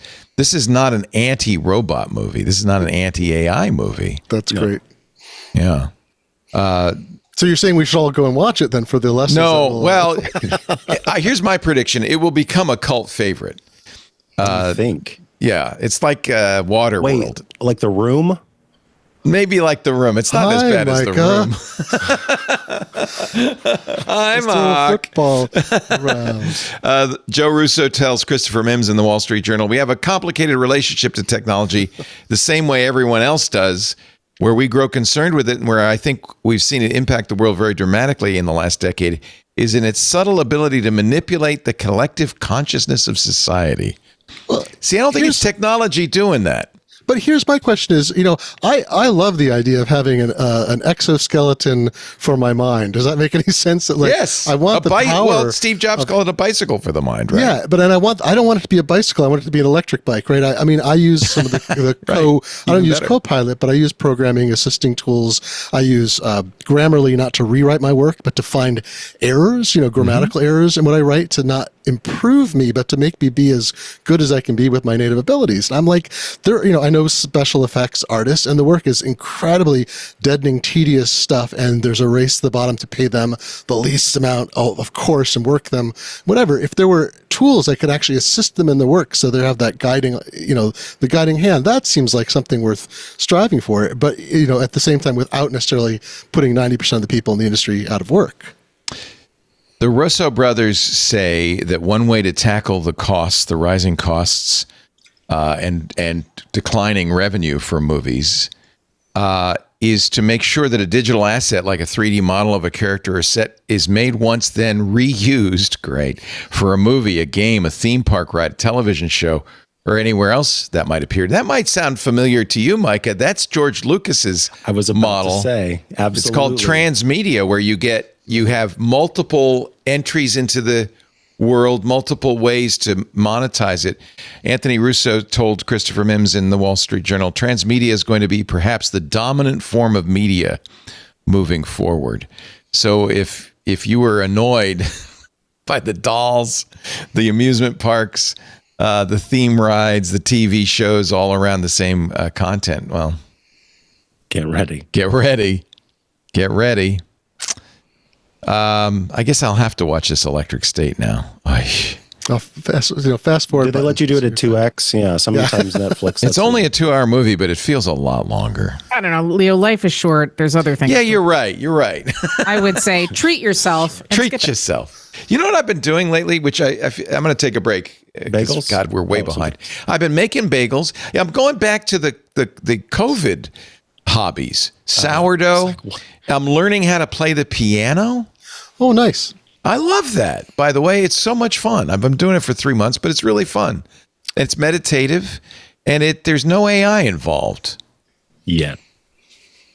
Yeah, what if the AI? Listen, Leo. What if the AI could help you learn faster? No, I'm no. serious. Would you? What if you to? strapped things on your fingers that would just move them to play on the piano? You know what got me thinking about this actually is the Vision Pro has an AI teaching app where you wear the helmet, the nerd helmet, and you see the keys, and superimposed on the keys are, lights or something to make you play the keys.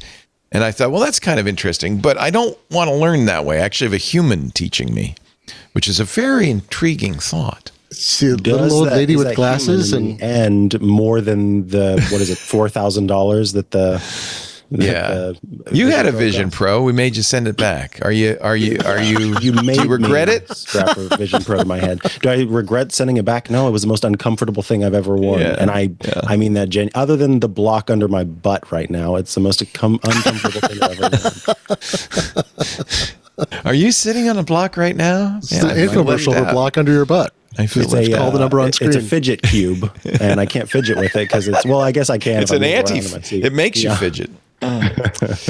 Amy Webb is here. It's great to have her from the Future Today Strategy Group, rebranded FTSG.com. And of course, the author of many great books, including The Genesis Machine, which sounds like it'd be a good sci-fi movie, actually. You should option that one. It's anybody who wants to option it. There's some really good scenarios in there. Actually, there are, because, you wrote stories about how these things would happen, which I think is really interesting.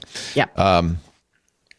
Did you talk about the woolly mammoth? I think you did. Yeah, there's a lot in there that we're starting to see unfold. And that was George Church's idea to save the climate. Yeah, is to by rewilding, reintroduce woolly mammoths to Arctic areas, because it turns out they stomp down the tundra, the permafrost, keeping the carbon dioxide in.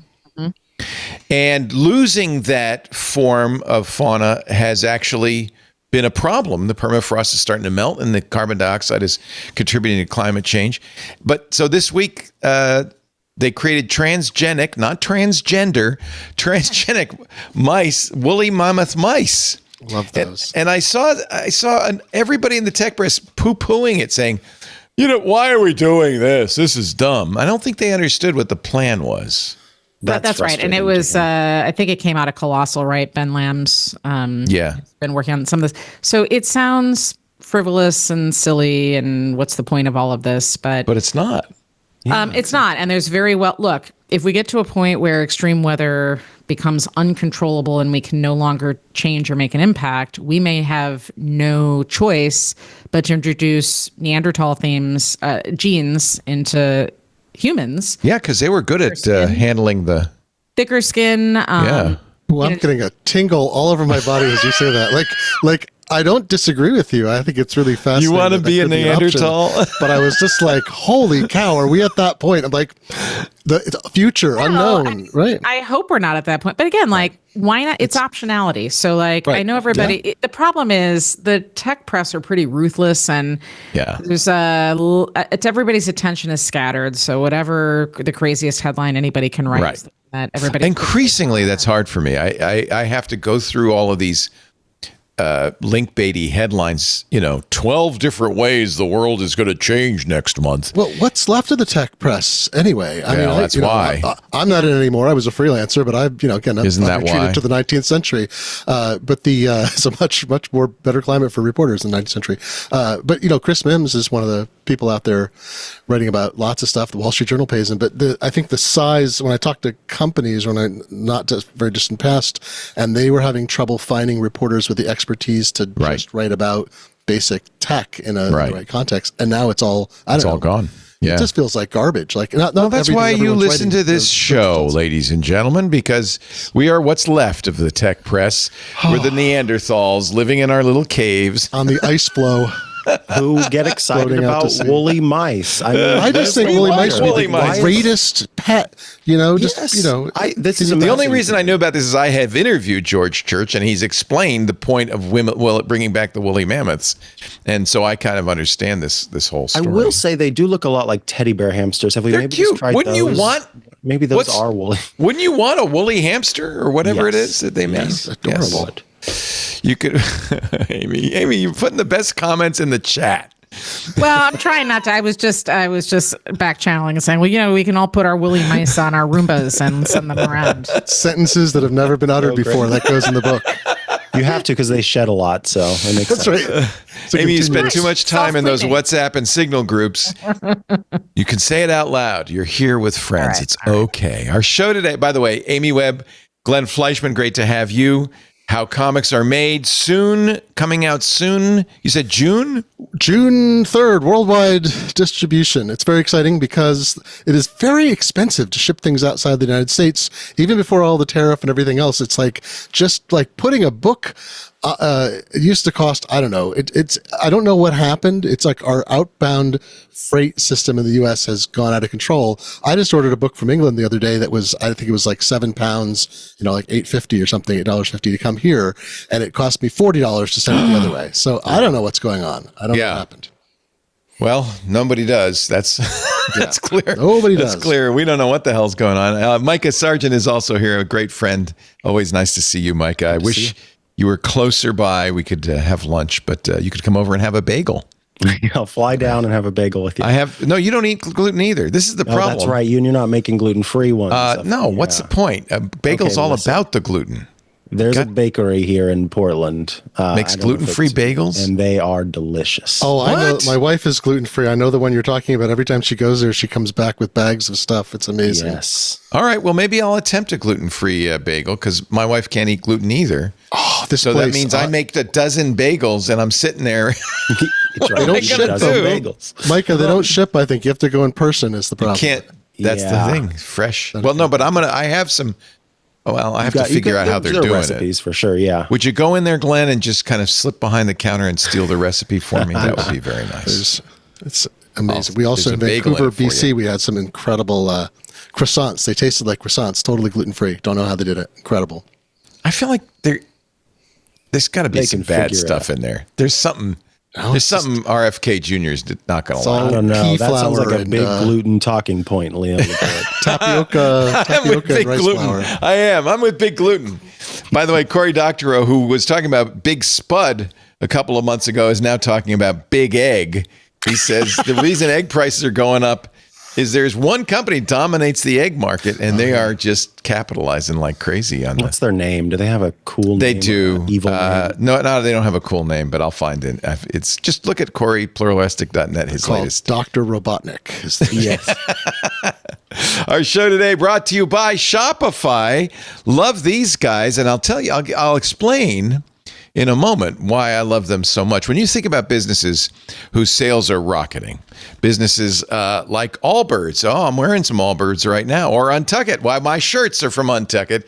You think about innovative product, a progressive brand, button-down marketing, but an often overlooked secret is actually the businesses behind the business, making selling and for shoppers buying simple. For millions of businesses, that business is Shopify. I love that sound. You know, the business I know best, my son's business, salthank.com. When Henry became a TikTok star, you don't get money for being a TikTok star. He decided that he wanted to sell salt because he's Salt Hank. And it was Shopify that made it possible for him to create the store. He now sells a lot more than salt. And I owe it all to Shopify. Shopify makes it easy for you to bring your idea into the real world. Nobody does sales better than Shopify. They're the home of the number one checkout on the planet. And the not so secret, and I know this again because it's what Henry uses with Shop Pay. It boosts conversions up to 50%. This is a big deal. Once you get into e-commerce, you realize people abandoning their carts is a problem. Way fewer carts are going abandoned. Way more sales are being made. Can you hear that sale? Ah, another one. So if you're growing your business, your commerce platform better be ready to sell wherever your customers are scrolling or strolling on the web, in your store, in their feed, and everywhere in between. Businesses that sell more sell on Shopify. By the way, as his business has grown, Shopify has grown with him. It's fantastic. Upgrade your business. Get the same checkout that Salt Hank and Allbirds use. Sign up for your $1 per month trial period at shopify.com/twit. All lowercase TWIT. Go to shopify.com/twit to upgrade your selling today. Shopify.com/twit. I hear it again. It's a lovely, lovely sound. I guess we could do a few more AI stories. Baidu has launched 2 new models of its AI model. Ernie. Where's Bert? Now, Baidu is the big Chinese search. It's the Google of China, right, Amy? But why do they call it Ernie? That's really weird. I don't know. Maybe it means something in China. I don't know. Ernie 4.5 is the latest version of the company's functional model, just released 2 years ago, as well as a new reasoning model. Reasoning's all the rage these days. Ernie X1. According to Reuters, Ernie's X1's performance is on par with DeepSeek's R1 at only half the price. It is really interesting. For so long, it felt like we didn't know what was going on in China with AI. We presumed that they were competitive, but we just didn't know. And it looked like, our U.S. companies like OpenAI were really going great guns. And all of a sudden, DeepSeek comes out and it was a wake-up moment. Especially for Nvidia. I think it was an overreaction moment. I was sitting with a bunch of I was sitting with some people that had some money. Let's just put it that way. When that announcement came out, I'd like to know some people who have money. That sounds good. They were. Was meeting. Everybody's looking at their phones. I'm like, we're in a meeting. What's everybody doing? Nvidia's crashing. Right, and they're like, should we sell our Nvidia? And I said, no. You should not sell Nvidia. Like just what are you, nuts? Stop overreacting, right? Yeah. If you have Nvidia, obviously, hold you people. So what's happening is, wow. You do stock advice too. This is great. No, and I should have prefaced that by saying I very much do not give investment advice. Look, what's happening right now is you're seeing all these we could make it for half price and we can make it for half the price. And now we're going to do quadratic equations and that's how we're going to get it down to $0. Right. But what's happening is, so DeepSeek was a clone, right, of Llama. I mean, it's not like they invented something out of whole cloth. Manu which is another model that's very popular right now, is a clone of Claude. So but I think DeepSeek was not a clone of. I don't think they started. I think they're not. I think it's highly improbable that they started from scratch. Really interesting. Yeah, because that was the claim, is that we bought 10,000 H100Ss or whatever the allowed Nvidia chip was. We wrote our own assembly language version of CUDA.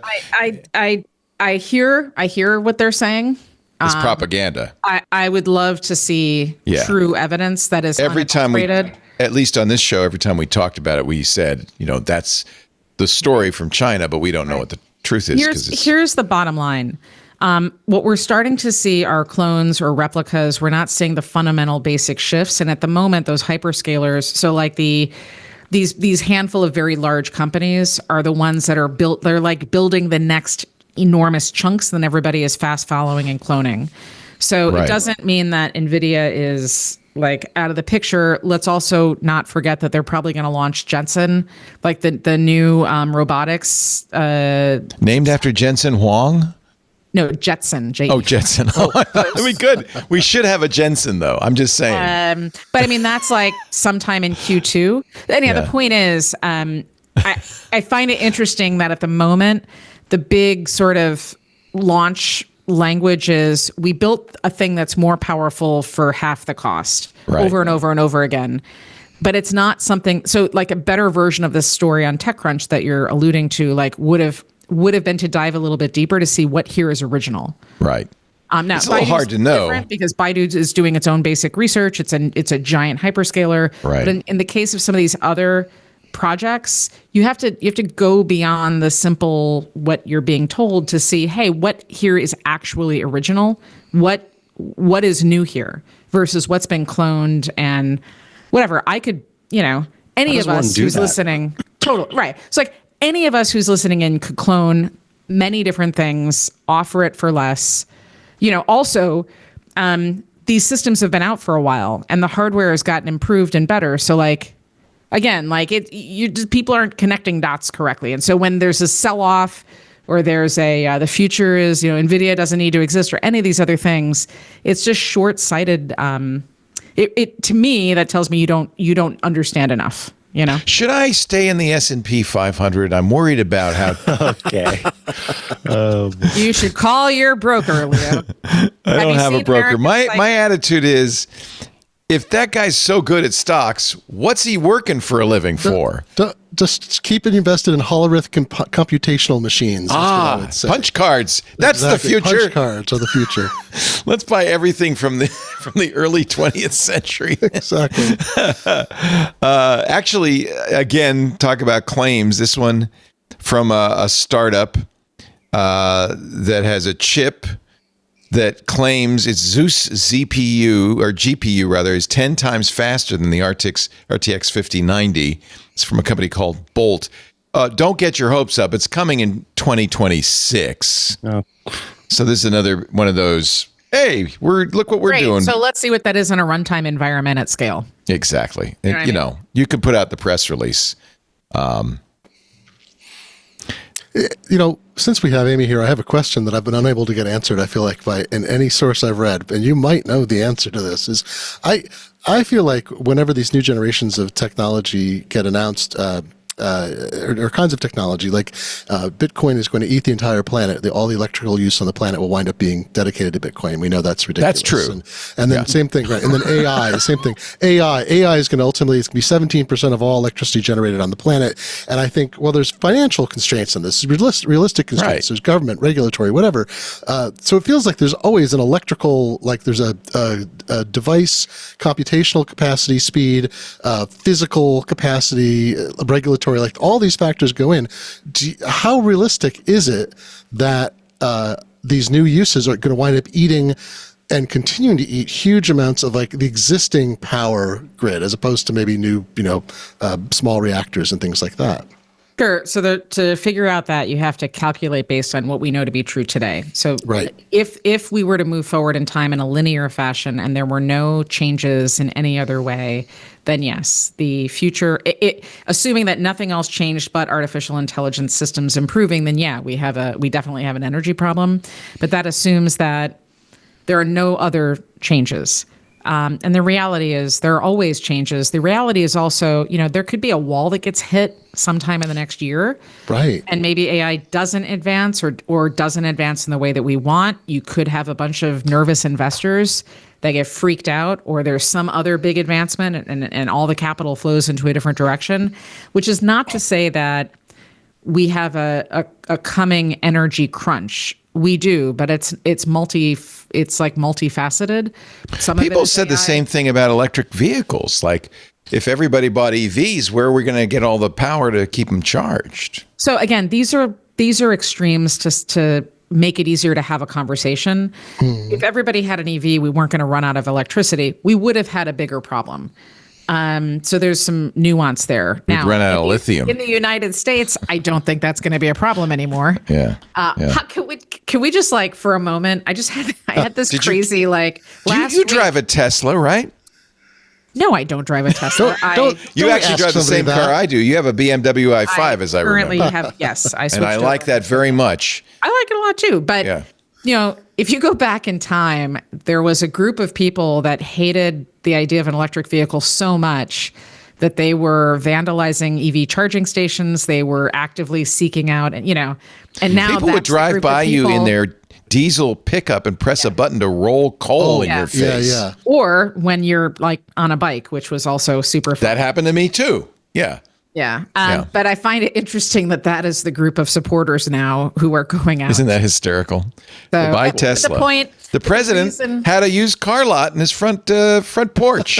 Right. It's so great. like people Come on down to Uncle Don's Tesla store. And Amazing. I think there's like a variety of political viewpoints among the audience. So that's not the point of this. What the point is, it's just a really, really good reminder that this sort of pendulum swings in huge directions from one way to the other, and it can sometimes be really hard to predict right where and the inflection point and like what causes that swing to happen, which makes it really hard for a lot of people to figure out how to plan for the future, you know?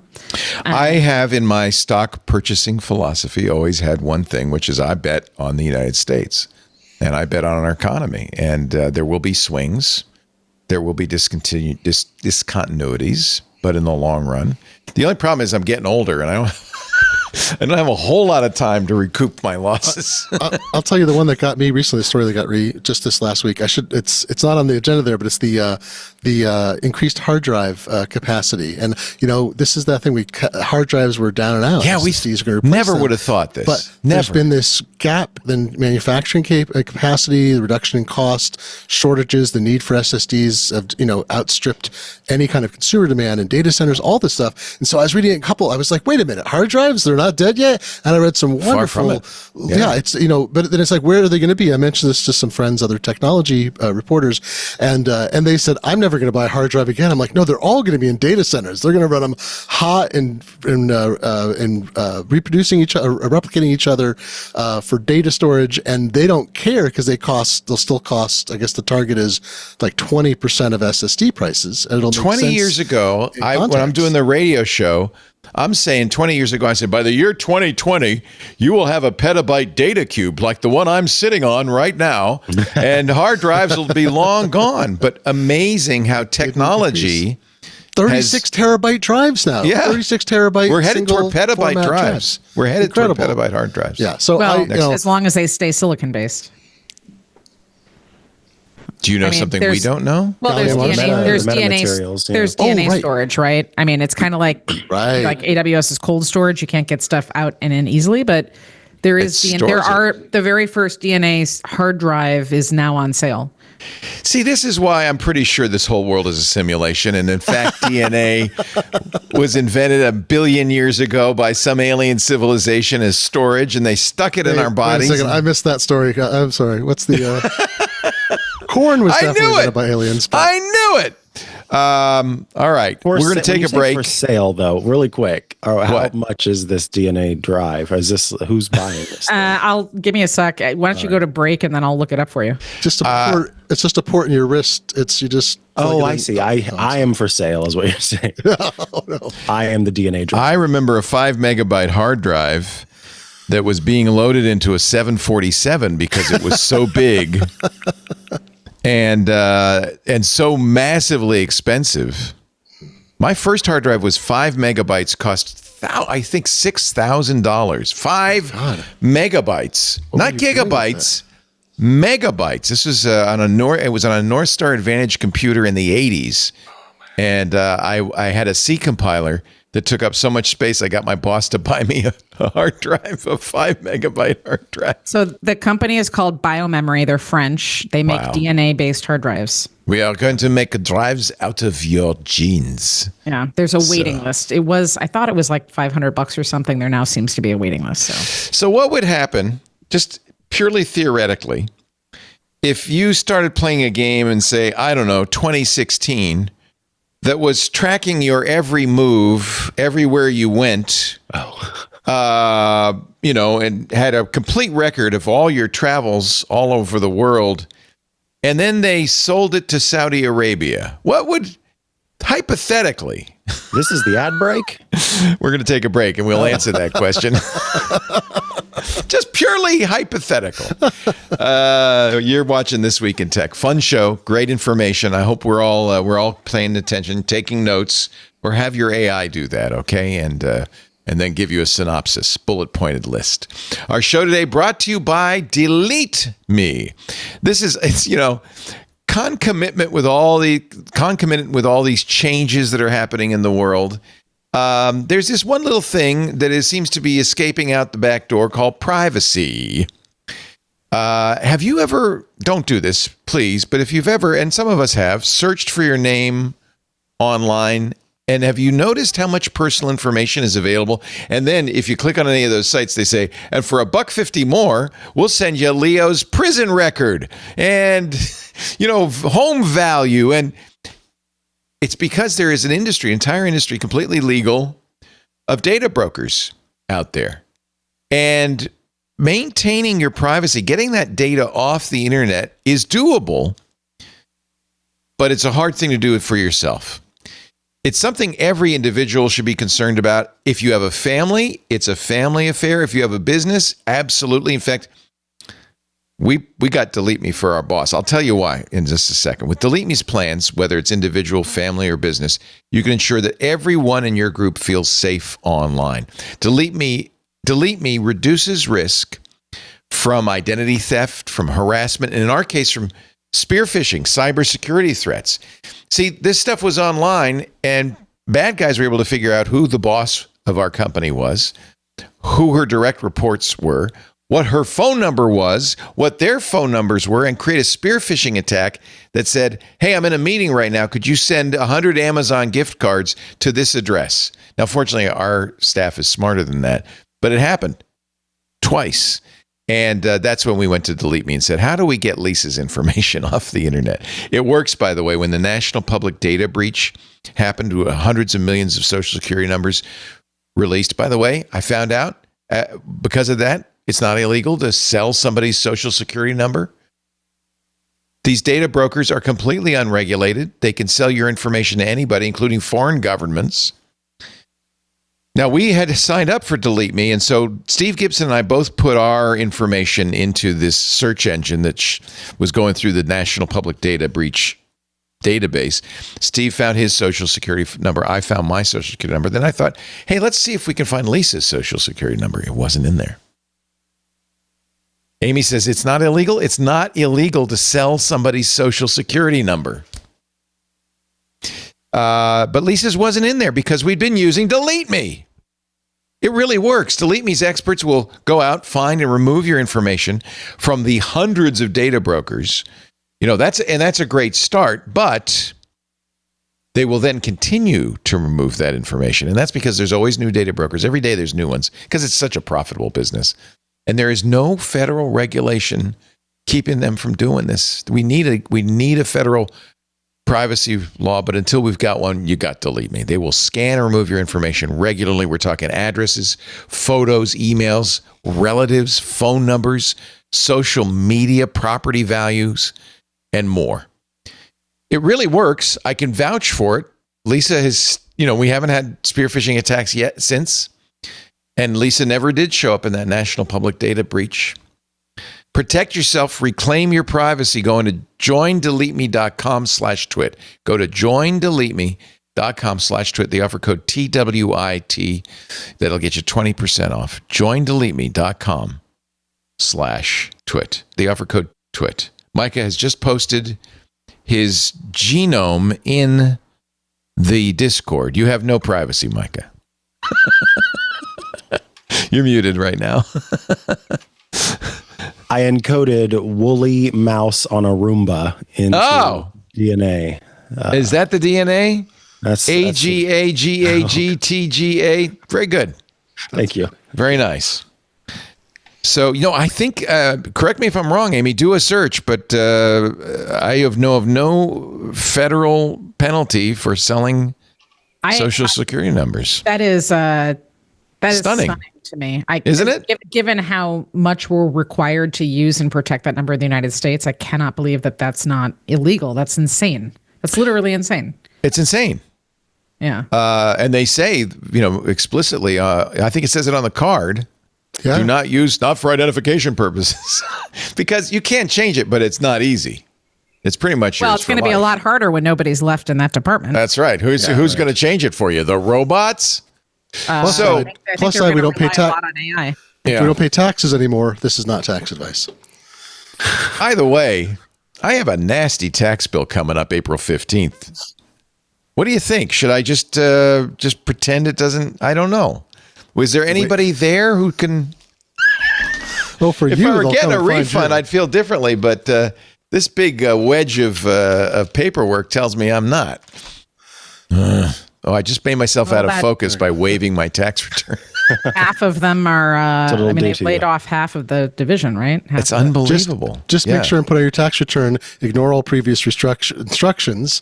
Please send me a $10,000 refund. Oh yes, So clever. little Bobby drop tables. Yeah, yeah.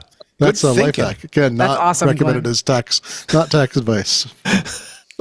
Legally, not tax advice. It's weird because you know this is the one government employee who makes money for the government is the guy working at the IRS. He's a profit He's center. the Australian from Futurama. He is. So since July 2016, I and my wife have been addictively playing this silly game called Pokemon Go. Oh, no. Originally invented by John Hankey, who was a brilliant maps guy at Google, founded a little spin-off called Niantic. First they did, I bet you played Ingress. For some reason, I feel like you played Ingress, Glenn Fleischman. You seem like an Ingress type. I'm not a video. I'm not a gamer. It's not a video. It's a mobile game. Too addictive is the problem. The thing about Ingress and then later Pokemon Go is you had to go out. You had to take a walk. Ingress you would take over post offices and stuff. It was too complicated. Didn't take off. But everybody loves Pokemon, and so when they licensed Pokemon, the Pokemon IP from Nintendo, they had a real hit on their hands. A game that has made them a lot of money, enough money that the Saudi Arabian Sovereign Wealth Fund has just bought Niantic for $3.5 billion. Oh. Now, I'm very happy for John Hankey. He's going off now to do something else. He has a new GIS, AI GIS startup. But I'm a little worried about all that information. Now, nominally, the company that bought Pokemon Go is called Scopely. They make mobile games like Marvel Strike Force and Star Trek Fleet Command. The developers for Pokemon Go will go along with the company. Obviously, the partnership they have in place with Nintendo will continue because otherwise it's pretty much a worthless purchase. But Scopely is a wholly owned subsidiary of the Saudi Sovereign Wealth Fund. Should I be worried? I guess I don't care if the Saudis know where I am at all times. What's concerning to you? Your personal data, your location data? Yeah, this is the problem, though. It's the same thing with 23andMe, where you give all this information to a company, and then the company gets sold. And maybe it gets sold to somebody like a foreign government that you might not. I mean, honestly, I don't care if the Saudis know where I am. I'm not going in their embassy anytime soon. That could be dangerous. Look, I think for the 99.9% of people, it's a scintillating headline, right? But it's not meaningful. Yeah. It's not. I think unless you're Adnan Khashoggi, you don't have to worry about it. If you're if you're an intelligence asset or an annoying reporter or something like that. And again, but I think I think it's worth looking at the different sides of this. The Saudis are trying very hard to greenwash. Well, I don't know. This isn't really green, but like establish a friendlier relationship, and you could probably do an entire episode on that LIV and right. Yeah. So that's mostly that's what this is. They're not honestly. I mean, I'm not a fan of the Saudi government and how it treats women in particular, but they aren't necessarily an enemy. I guess I don't know. It's complicated. It's really complicated. It's complicated. As a woman, there are there and other things. So yeah, there's a lot of provisions that are bad, right? Deeply problematic. On the other hand, the Saudis are trying to. I think that there's a desire to emerge and become a more open place. I remember, going to overnight. Dubai. One of the issues in Dubai, it was that in the UAE, they knew very well was the oil's going to run out. I think the leader of Abu Dhabi said, my grandfather was a camel merchant. My father was an oil merchant. I'm a sovereign in an oil-rich country, but my grandchildren might be back to selling camels. They need to find another way to make a living. Well, the Emiratis certainly do, because their economy is quite a bit smaller right. than the and Saudis. Dubai has no oil, which is another problem. Right, Dubai has got no oil, and all the money Right. is in Abu Dhabi. Right. The Saudis have unimaginable wealth. Right. And yes, That's what scares me. It's derived from oil, but there's so much that at some point, they're enormously capitalized. They're building the line, that huge land scraper project that's gone through fits and starts and may never be finished, but they're doing all kinds of investments like that. So again, if you go back to Pokemon Go, I don't know that they necessarily care that people are chasing whatever ultra rare Pokemon, around. Yeah. And by the way, there's some really good ones out there right now. I think it's more about, but does the game change? Are there characters introduced that are more friendly to and I think it's going to be financialized. That's for sure. It's going to cost me a lot more to play. If it's a free to play, it's a freemium game, free to play, but you might want to buy some stuff. Yeah. So again, I think, but this is where the distinction comes into play, because I think it's become, especially again, for everybody who listens to the show, we're all thinking about privacy. I think we have to allow ourselves to expand how we're thinking about things. So it's not just privacy bad. It's definitely privacy bad to some degree, but I think it's worth modulating a little bit to figure out, like, what does this actually mean? What does it mean to me? Stuff like that. Yeah. And for 99%, as you said, for 99% of our audience. Now, am I gonna have it on my phone? Absolutely not. Oh, you mentioned you don't use DeepSeek. Is for the same reason? Yes. Yeah. Do you have TikTok on your phone? I do not. No, I have none of that on my mobile device. So TikTok now is back in favor, I gather. But what was the threat?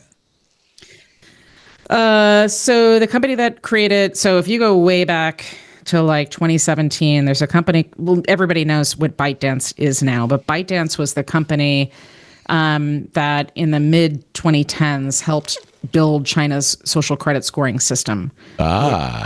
Which there you go. Holy cow. Which was really weaponized and used in pretty horrific ways. Straight out of Black Mirror. Yeah. Worse than that. And then was applied to corporates, and there's a corporate social credit score as well. So it is that company that is the parent company of Musical.ly, which was one of the precursors to TikTok. ByteDance bought Musical.ly and merged it with TikTok to create actually something really good. Right. So again, one has to wonder, what are the ultimate intentions of a company that built a pretty authoritarian, like a digitally authoritarian system in China?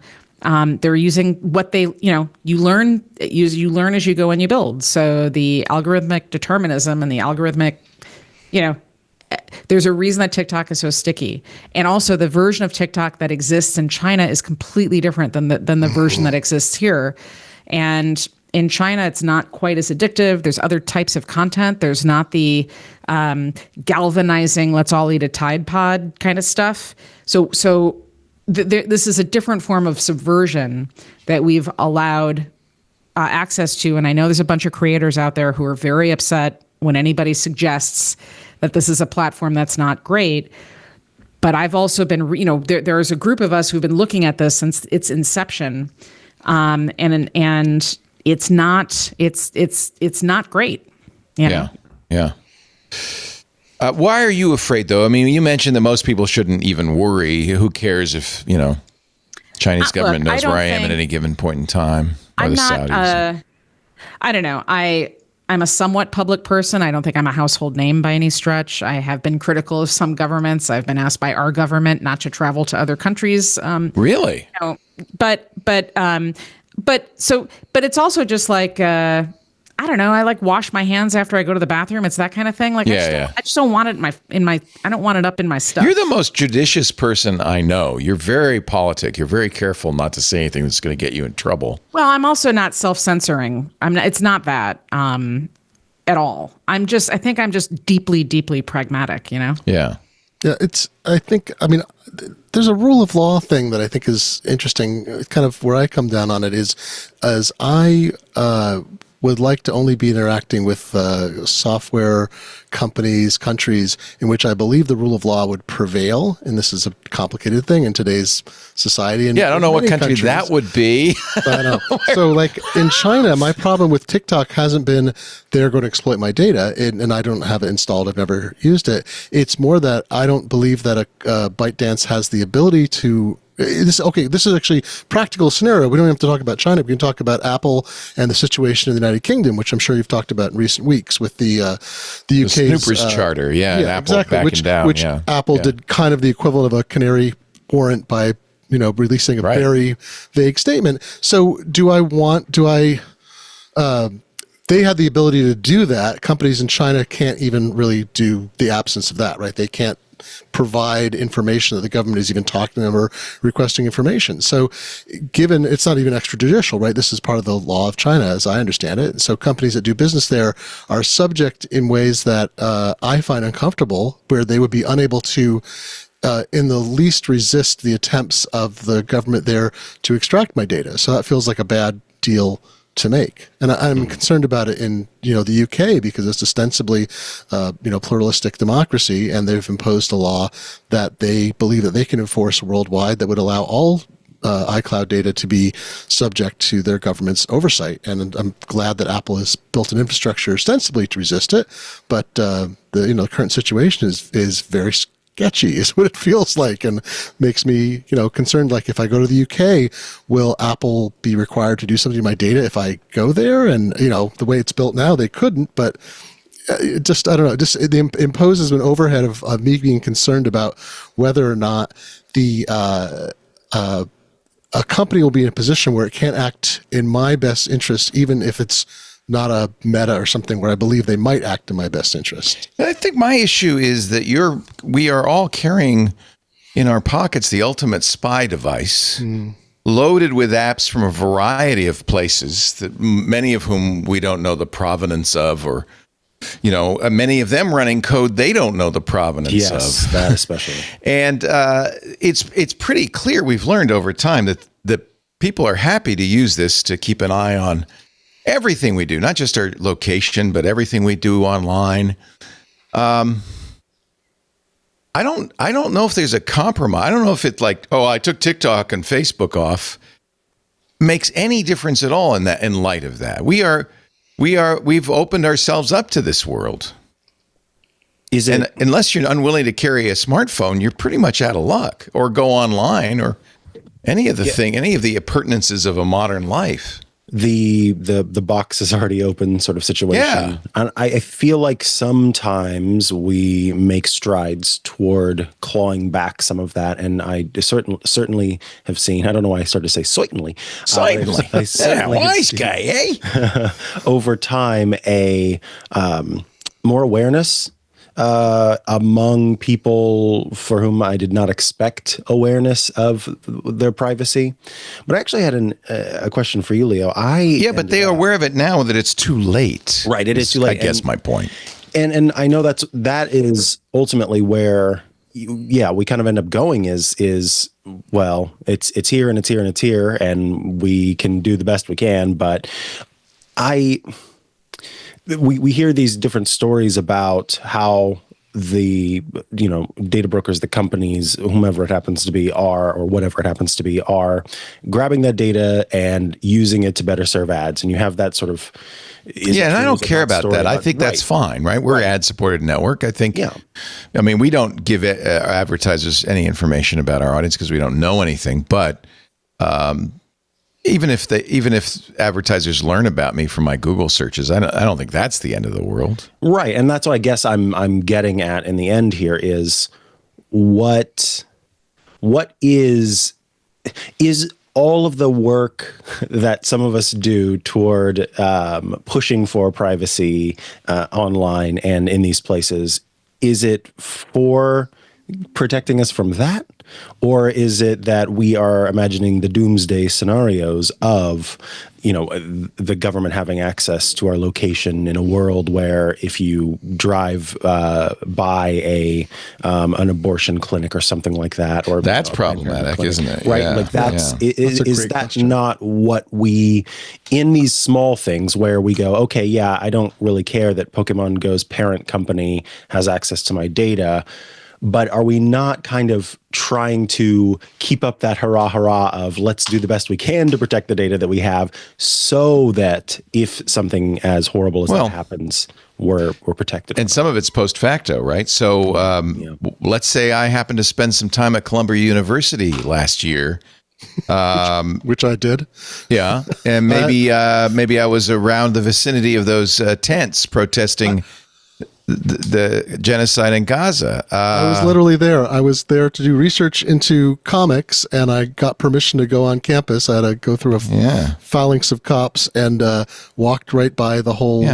Well, we know that you were there, Glenn, to protest. And what's your green card status, buddy? Well, my great grandparents came here in the 1880s, but I don't. Oh, you're one of those, huh? Newcomer. So, yeah, it's tricky. But no, it is funny. Like I went to Columbia, I went to Yale, and I got swarmed by, not in an unpleasant way, but I'm walking to the library there doing research, swarmed through protesters, Free Gaza protesters, and what if you by your location? That's two places now. Absolutely. So I'm now I'm a hotbed of sedition. So it can happen. Mike, I think your point is fantastic though, which is that like what are we trying to preserve our privacy against? And sometimes it's things as little as like medical history, because we know insurance companies can misuse that sometimes legally if they're able to obtain it, to deny us care in the past before the ACA, or to affect our ability to obtain care.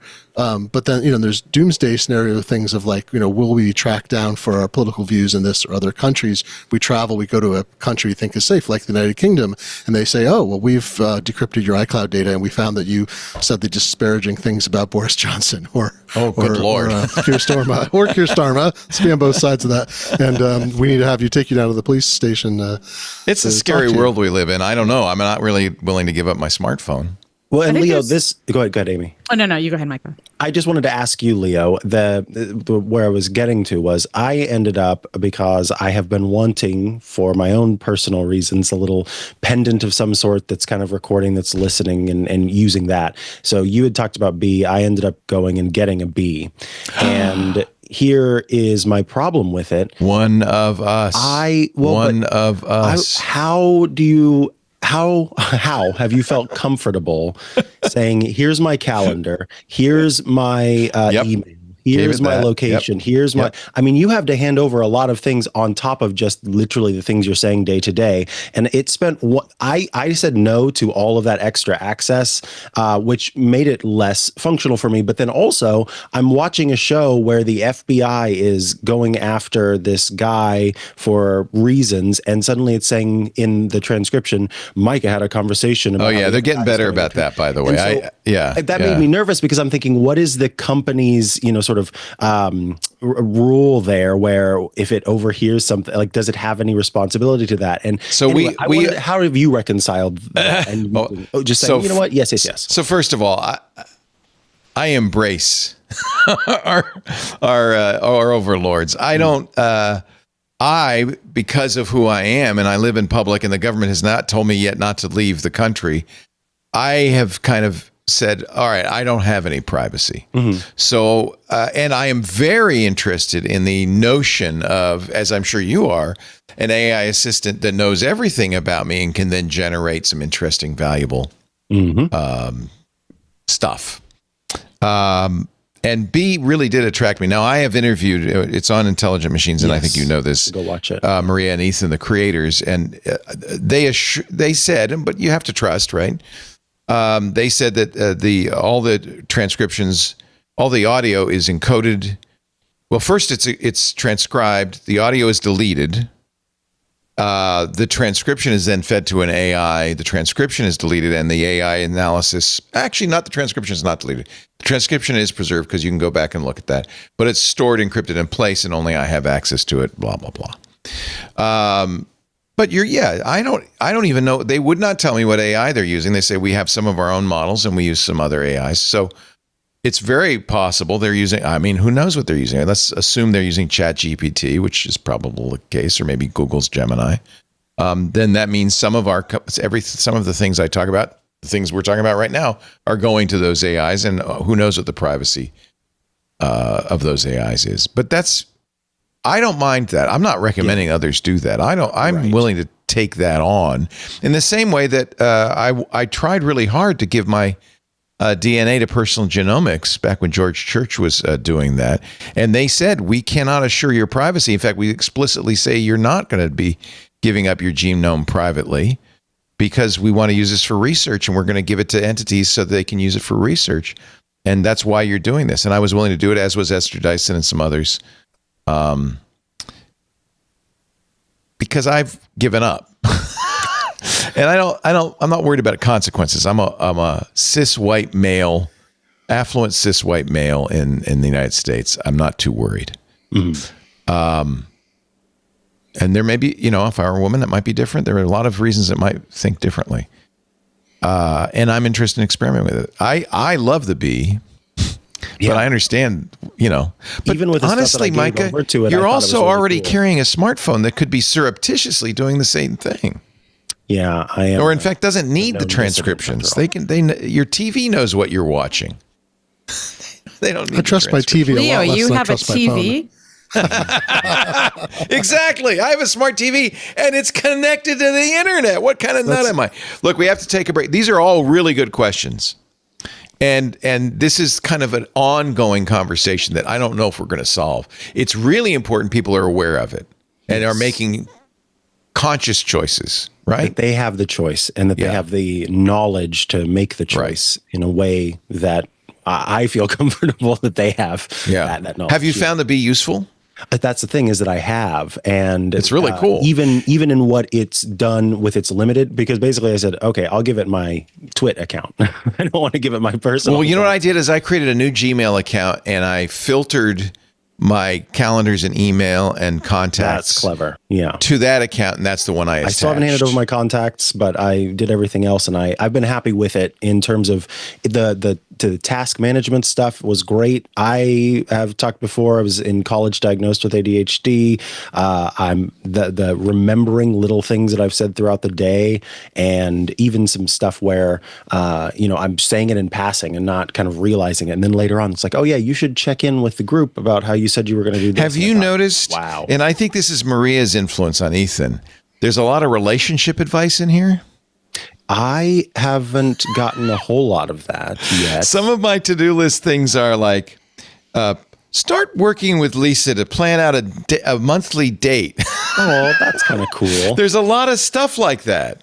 It makes a lot of suggestions about improving my relationship. More trained on heterosexual couples, so, I wouldn't jump to that conclusion. No, Does it know your partner's name? Not. Yeah, actually it does. It does, but yes. It starts to figure those things out, and then it asks you. I think I just haven't used it long enough. You have to do the facts thing. It asks you, well, these are some of the things. It now knows hundreds of facts about me. Wow, yeah. Mine's like maybe 30 or so right now. Oh, look at all the facts it knows about me. And because it asks you, it knows almost 1,000. It says, well, is this true? So it asks you every day. I shouldn't probably show all of this stuff. It says Leo's interested in analyzing conspiracies and political scenarios. Leo doesn't like making decisions based on immediate responses. Doesn't that just kind of sound like a horoscope where everybody who's whatever can validate and see themselves? You're right. Whatever it is. Here's my theory. This has not yet reached critical mass where it's useful. We are years perhaps off from an AI that can actually, but I want to store everything now. I want it to have it, but the time that AI comes along, that model comes along, I want it to have a very rich multi-year history that it can work on. So that's why I'm doing it now. Well, I'm so the opposite. Every time I see a YouTube ad that has nothing to do with me, I think I've won. All right, we got to take a break. Here's an ad that has everything to do with you. Actually, I don't know. See, I don't know anything about you. But when we come back, I have a story, a good story that I think you'll enjoy. I'm going to tell a story, a little fairy tale. Our show, we got it, by the way, love this panel. Amy Webb, Glenn Fleischman, Micah Sargent. My favorite people. Thank you for being here. Really appreciate it. Our show today brought to you by ZipRecruiter. Maybe you're not a small business doing some hiring. Maybe you're not. Personally, 20 years ago, I started this business. I love it. I love working in podcasting. I love having my own shows. I love what I learn from our incredible panelists and guests, and having a great team. People like Benito, who and John Ashley and Kevin King and Micah that make it happen. If you're doing what you love to do, there's nothing better than being surrounded by people who have the same passion you do for the job you do, right? If you own your own business, that's who you want to hire as employees, right? People who love what they do, because in doing what they love, they will boost the overall success of your business. And by the way, makes it a much better place to work. So how do you find those great employees? Those 1 in 100 employees who are a good fit for your roles. Tell you how we've done it for years. ZipRecruiter. And right now, you can try it for free at ziprecruiter.com/twit. It's not just me. ZipRecruiter is the hiring site employers prefer the most. That's what G2 says. How fast does ZipRecruiter's smart technology start showing your job to qualified candidates? Immediately. By the way, you want it to be immediately, because if you're down a person, if you know you've got 2 weeks to fill a position, there's some urgency here, right? We'll get notice. Sometimes people get a better job, or they want to move or whatever. They'll give us 2 weeks notice. I see Lisa's face at the breakfast table. She says, "Oh, I got to replace this person." Post it on ZipRecruiter. So the first thing that happens is immediately after you click, your job listing is going out to 100 job sites, social. It's going everywhere, because the broader the reach, right, the more likely you're to find that one perfect person, right? But then they do something really cool. ZipRecruiter's powerful matching technology works fast to find the top talent. They have millions of resumes, current resumes on file already, because people come to ZipRecruiter looking for work too. So they match up your requirements with those resumes. They will find people who fit your requirements. You can then review them, and it's very easy to do so in ZipRecruiter's interface. They reformat the resume so it's easy to scan them. You can have screening questions, all sorts of tools to make it easier. But if you see somebody, that's somebody I want to hire, you can invite them to apply for your job. You can even use ZipRecruiter's pre-written invite to apply message. So you don't even have to write that, to reach out to your favorite candidates. Now, what does that do? That puts you at the top of the stack. It's a competitive world out there. The best people are getting multiple offers. So you want to go to the top of that pile, you invite them. And it's flattering. They go, "Oh, gee, Leo wants to hire me." You're more likely to get the best people that way. This is one of the many reasons we love ZipRecruiter. Hire experienced people who are excited about what they do with ZipRecruiter. It's not just us. 4 out of 5 employers who post on ZipRecruiter get a quality candidate within the first day. For us, it's sometimes within the first hour. See for yourself. Go to this exclusive web address. You can try ZipRecruiter for free right now. ZipRecruiter.com/twit. ZipRecruiter.com/twit. ZipRecruiter is the smartest way to hire. Thank you, ZipRecruiter. Amy, I'm sorry about your allergies. Are you sneezing? It's this time of year, and It is, isn't it? It's weather's now warming up on the East Coast, which means I'll get to be outside cherry riding. trees. Do you have the cherry blossoms? And of course, you're a cyclist. You're like, I am, and I've got a big race coming up, and I need to be. I mean, I'm putting in the miles and the hours on my trainer indoors, but I would love to be outside. But this is the worst time of year because it's horrible, beautiful, and I'm just sneezing, and we're going to have a super bloom because it's been raining like crazy, so it's going to be pretty bad around here. I just I get into a good groove, and then it's like snot rocket. How long is the race that you're doing? What is the race? I'm doing something called Unbound. Unbound is a really famous gravel race that happens in Kansas every year. Oh my God. And it's famous because there's something called the XL, which starts on Friday night and ends. There's a cutoff time on Sunday. I don't remember what the total mile. It's like 352 miles. What in the world? So I'm just doing 100. That is like next level. Here's what Cycling Magazine says: destructive mud, thunderstorms, hallucinations, and a big friendly giant. Unbound XL is the ultimate Type 2 challenge. I don't know what Type 2 means, but it's what's Type 2? I think that's Peter Attia's Type 2 heart rate. I don't know what it means. It's also like there's no support staff. It's not like a super fancy. There's no sag wagon. Oh man, no, you're just out there. You have to bring your own somebody to keep track of you.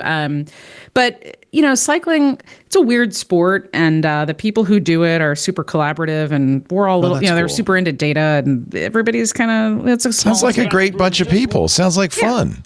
Yeah, they're again, for people who are. I bet you there's a ton of people who listen to this show who are also into cycling. I'm sure of it. Oh, well, gravel too. What kind of seat? You're into cycling. Do you have like a special seat? Oh yeah, I Because do. 352 miles on or even 100 miles on my butt.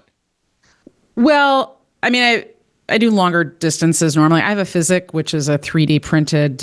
It's also like I'm a woman, not a man, so you got to get special seats, and It's shaped to your saddle.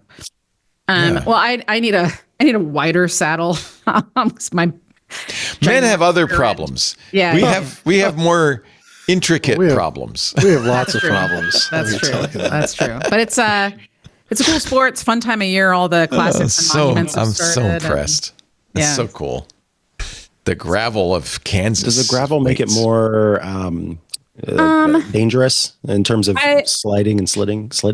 So there's different types of cycling. There's road, there's gravel, there's mountain biking. There's something called cyclocross, which is up and down a very challenging course where at times people get off their bikes and then run with them. So at this stage of my life, I really am. Gravel is easy. I rode mountain biking in college, and gravel. I mean, I'm also not like super serious. It's my hobby. But gravel is good. It's technical, but it's not gonna rip up your joints like mountain biking does at this stage. And I like it a lot because everybody's on phones when they're driving now, and cycling is just not as safe as it used to be on pavement. I know. I can't do it on the roads. It's so dangerous. So gravel even is, with paths. Yeah. So like most people, and they're taking a lot of railroad tracks and repurposing them as trails. Oh, that's cool.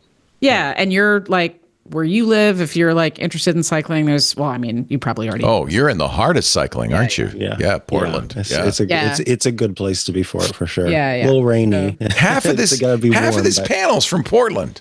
Oh no, wait a minute. You're in Seattle. I'm in Seattle. Same Pacific region. Northwest. Grew up in Pacific Eugene. Northwest, You can average it. I grew up in Eugene and I live in Seattle. So Okay. There you go. There you go. So let me tell you a little story about a guy named David Liu. He's a coder, a programmer, an engineer. He used to work for a company called Eaton. Eaton's, you've probably seen their name on power strips and light switches, maybe those big switch boxes. They're a power company. He worked for Eaton for about 11 years. But corporate, quote, realignment had reduced his responsibilities, and he got a little disgruntled. So he decided, you know what I'm going to do? I'm going to write a little program that watches Active Directory for my name. The program he called is DL enabled in AD, DL Davis Liu, AD Active Directory. When Liu was terminated in 2019, of course, the first thing Eaton did is took his name out of their Active Directory, and that set off a code bomb. Oh. Yes. He planted different forms of malicious code, creating infinite loops that deleted coworker profile files, prevented legitimate logins, caused system crashes. Aiming to slow down or ruin Eaton Corp's productivity, Liu named these codes using the Japanese word for destruction, hakai, and the Chinese word for lethargy, hun shui. I think hun shui means really tired. I don't know. Anyway, it automatically activated the day he was terminated in 2019, disrupted Eaton Corp globally. They discovered the malicious code while trying to end the infinite looping, causing the systems to crash. They soon realized it was being executed from a computer using his user ID and running a server that only Lou had access to. On that same server, other malicious code was found, including code deleting user profile data and activating the kill switch. That's sloppy. If you're But gonna do Yes, this, he could have done that better, don't you think? Yeah. He no longer worked there once this happened, right? He had been fired, and that's what triggered it when he was removed from Active Directory. But somebody That's what- else. I was trying to figure out who's liable. Was what was going through my head. Well, he just got 10 years in prison, so I think he's liable. Yeah. Department of Justice announced Friday that Davis Liu was convicted by a jury of causing intentional damage to protected computers, probably the Computer Fraud and Abuse Act. I don't know. That's a pretty powerful tool. Yeah, that's a really. He faces up to 10 years in prison for. So if you're thinking, hey, that's a good idea, maybe. Kill switch. It can be that act can be Maybe misused, VC but I would say, clever. yeah, since he was actually convicted, I can say it was probably used correctly in this instance. It's kind of clever that he tied it to his presence in Active Directory. But why there's a did lot he do of- such a bad job of hiding it? Yeah. Yeah. Disappointing. Maybe he I mean, wanted to okay, get it's bad. caught. You shouldn't Yeah. do this, but yeah, maybe Yeah. he wanted to. He admitted to investigators he created the code causing infinite loops, but he's, according to Ars Technica, disappointed in the jury's verdict and you would plans be. to appeal.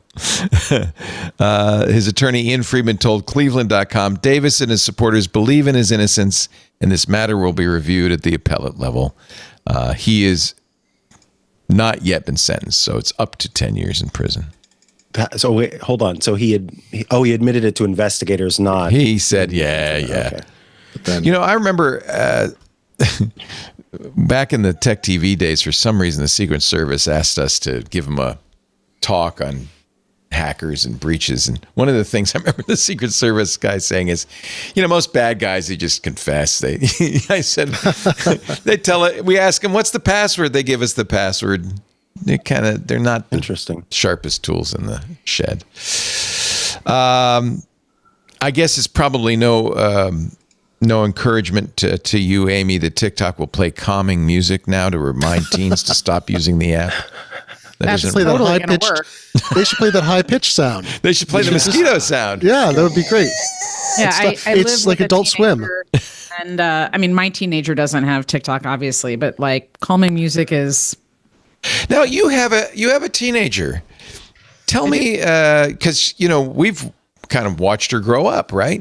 You've been on our show for at least 10, 15 years. Well, I've talked a little bit about her. I've worked very hard to protect her privacy. Yes, and I'm not going to say names or anything, but how has your parenting changed in this modern age? She's pretty self-contained. She's a scout. Oh, that's good. To be called That's Boy good. Scouts. It's now Scout. She's working on her Eagle project. And Wow, she's going to be an Eagle Scout? I am shocked. Having just met you today, I'm shocked that your child be training to be an Eagle Scout. Absolutely shocked. Aren't you an Eagle, Glenn? was I think you are. sarcasm. No. I don't have that kind of determination. I'm sorry. was that a sarcastic shock? That or was sarcastic. It feels like there's a determination that I expect would run through your child as well to do something. It's a lot of work, and I'm always impressed by people who do the Eagle Scout. Yeah, but she likes the bling. I mean, I think It's all about the badges. Is that what you're saying? Like a would be so TGI into Friday those situation. If badges. she can wear a vest with patches on it, she's all in. She desperately she wants to work flair. in space. You're saying more flair. All into the flare. She got Wants to work super in hooked on space. That's NASA great. when she saw the patches. But That's yeah, I mean, hysterical. That's great. it's been look, we've got some friends in her friend group who are struggling and arguing a lot with the parents, and It's a lot of hard. that This has is a to hard do time. with, Yeah. I want something I saw on TikTok. I want to use my phone. I want more time. A lot of the kids she knows have like I guess you can I mean, I don't even know, but I guess you can like set timers and turn the internet off remotely on somebody's device Do you, Sure. you guys know about this? I don't. Sure, I've got some sort of parenting tool for that. Yeah. There's routers have some amazing controls, but then there's some carriers now have things that let you cut off services too. I used to have on my router a thing that would turn off the internet for my kids, not for me, at 10 p.m. And I would look at the clock and I'd say to my wife, "Okay, get ready." 9:59, 10. Dad! We were so good with our kids and so on top of it until the pandemic started, and then we're like, all right, we have given up. And that must be fortunately, hard. It turned out okay. It turned out all right. I think that's been very hard on that generation. Yeah. Look, we're a family of super nerds. She's like super into D&D. Is she a nerd? Good. I mean, like, high five. High five. Look, she's not. I think she's a pretty cool kid. I think she's gonna bloom a little later. That's fine. That's fine. But we don't have the contentious arguments. We don't have like. That's awesome. That's lovely. Because she doesn't need we finally did get her a phone because at some point she's not driving, so like we got to go pick her up and stuff like that. There's a massive parental convenience factor that, Yeah, but she doesn't have social media on the phone. She can take or leave it, So, and all the devices get stored. We drew up a contract and we all had to agree to the contract. So great.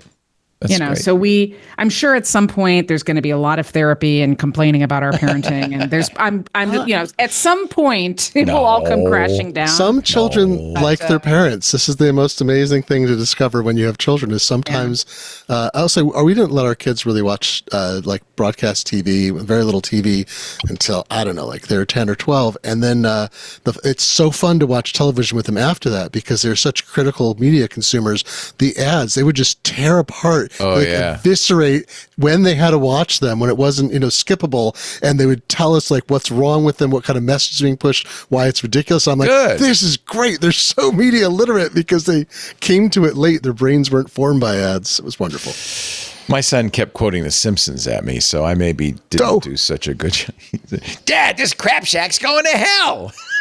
It's like, oh my God. 50% of my conversation with my wife before we had kids was Simpsons quotes. So there you go. So maybe that wouldn't be so bad. I met one of the early Simpsons people once at the cocktail party. I was like, we talked for a while. We were chatting, and I said, do you mind if I fanboy out? Because I'd like to. And he's like, go ahead. And we had a great talk. It was fun. I've had lunch with Matt Groening twice. Really? That's nice. Before he was famous. He was just starting The Simpsons on the Tracy Ullman show. Oh, yeah. And I have, in fact, somewhere I have an autographed Akbar and Jeff comic, because that was what he was doing at the time. That's amazing. Really nice guy. I asked him where the name Homer came from. He said, it's my dad.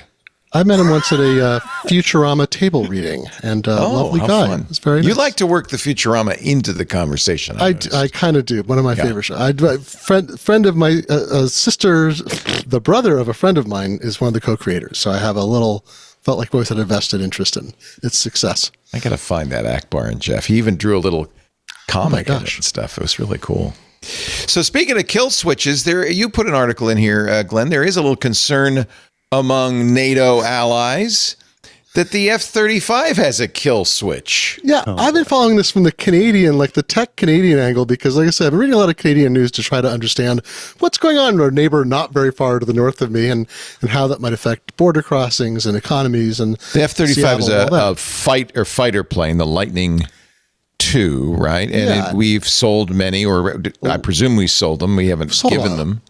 Lot of these to a lot of countries, and the idea was the U.S. is a good and stable ally. It's a member of NATO. These are the advanced weapons. They have stealth coatings, but one of the provisos was that the F-35, for most countries, requires certain advanced features have to be programmed within the United States only. So certain kinds of mission planning cannot be done. The source code is, I believe, restricted. Canada doesn't have access to it. I think many countries do not have access to the source code. And I think the stealth coding can only be repaired, if I remember right, in the United States or Australia. So Canada is starting to think like, wait a minute, if they're going to do this, why are we... what happens if we actually hit a stalemate and we have missions to fly, maybe not against the United States, one would hope, but in overseas theaters that they're involved in. Canada does a lot of peacekeeping. In other countries that could be actively involved in the theater of war, so I say the theater of war, a potential future theater of war in Europe beyond Ukraine. And so there's been a lot of discussion about whether this will cause tens of billions, potentially hundreds of billions of dollars in canceled sales. Saab has a fighter jet that was like the number 2 pick for Canada. It wasn't picked, but Saab offered source code to build in Canada, access to everything, nothing outside of Canadian territory. And Canada ultimately picked the F-35 because America was a good partner. So as America's commitment to allies and threats to allies change that relationship, it could cost the American economy a very large amount of money because $14.5 billion F-35 order. Isn't this just John Deere method, essentially? It's like, well, the question is there a kill switch? And the analysis is there's nothing in hardware, but the software is 8 million lines of code. And feed it to an AI, it'll tell us. Exactly right. But binary code, you have to decompose. So it's I think it changed as part of the whole realignment. But from the tech angle, it's something people are worried about with every kind of tech. Is like, is there a hidden kill switch, remote access, whatever? And I don't think we've ever faced a situation where you have allies being concerned about the technology in purchase weaponry. So new. I imagine that Canada is in the United States Active Directory. So if it were to be removed, but everyone's looking for leverage. So if that being is able wild. These are the things that this is basically a software-defined killing machine. It's all software. Yeah, and some of the capabilities are available without additional programming. These are things you learn, right, when there's a trade war going on. Some of the I'm sure it flies without programming, but the weapons systems work. Advanced mission capabilities require use of Lockheed Martin servers that are located in the United States, and Canada cannot independently program its jets. I think Israel might be the only country that can. So this is like printer cartridges too. This is so weird that it's mirroring so heavily. That's what we say. John Deere, you can't force, and then McDonald's some McDonald's are no longer required to keep using the McDonald's owned repairs for the ice cream machine. They solved that, by the way. That's the good news. The McFlurries are now back online, baby. Well, and that's what I mean. We're telling all of these individuals that they can't do this, but yet we seem to have there's a part of it that makes sense, I guess, but a full-on kill switch, I guess, is a whole other ball game.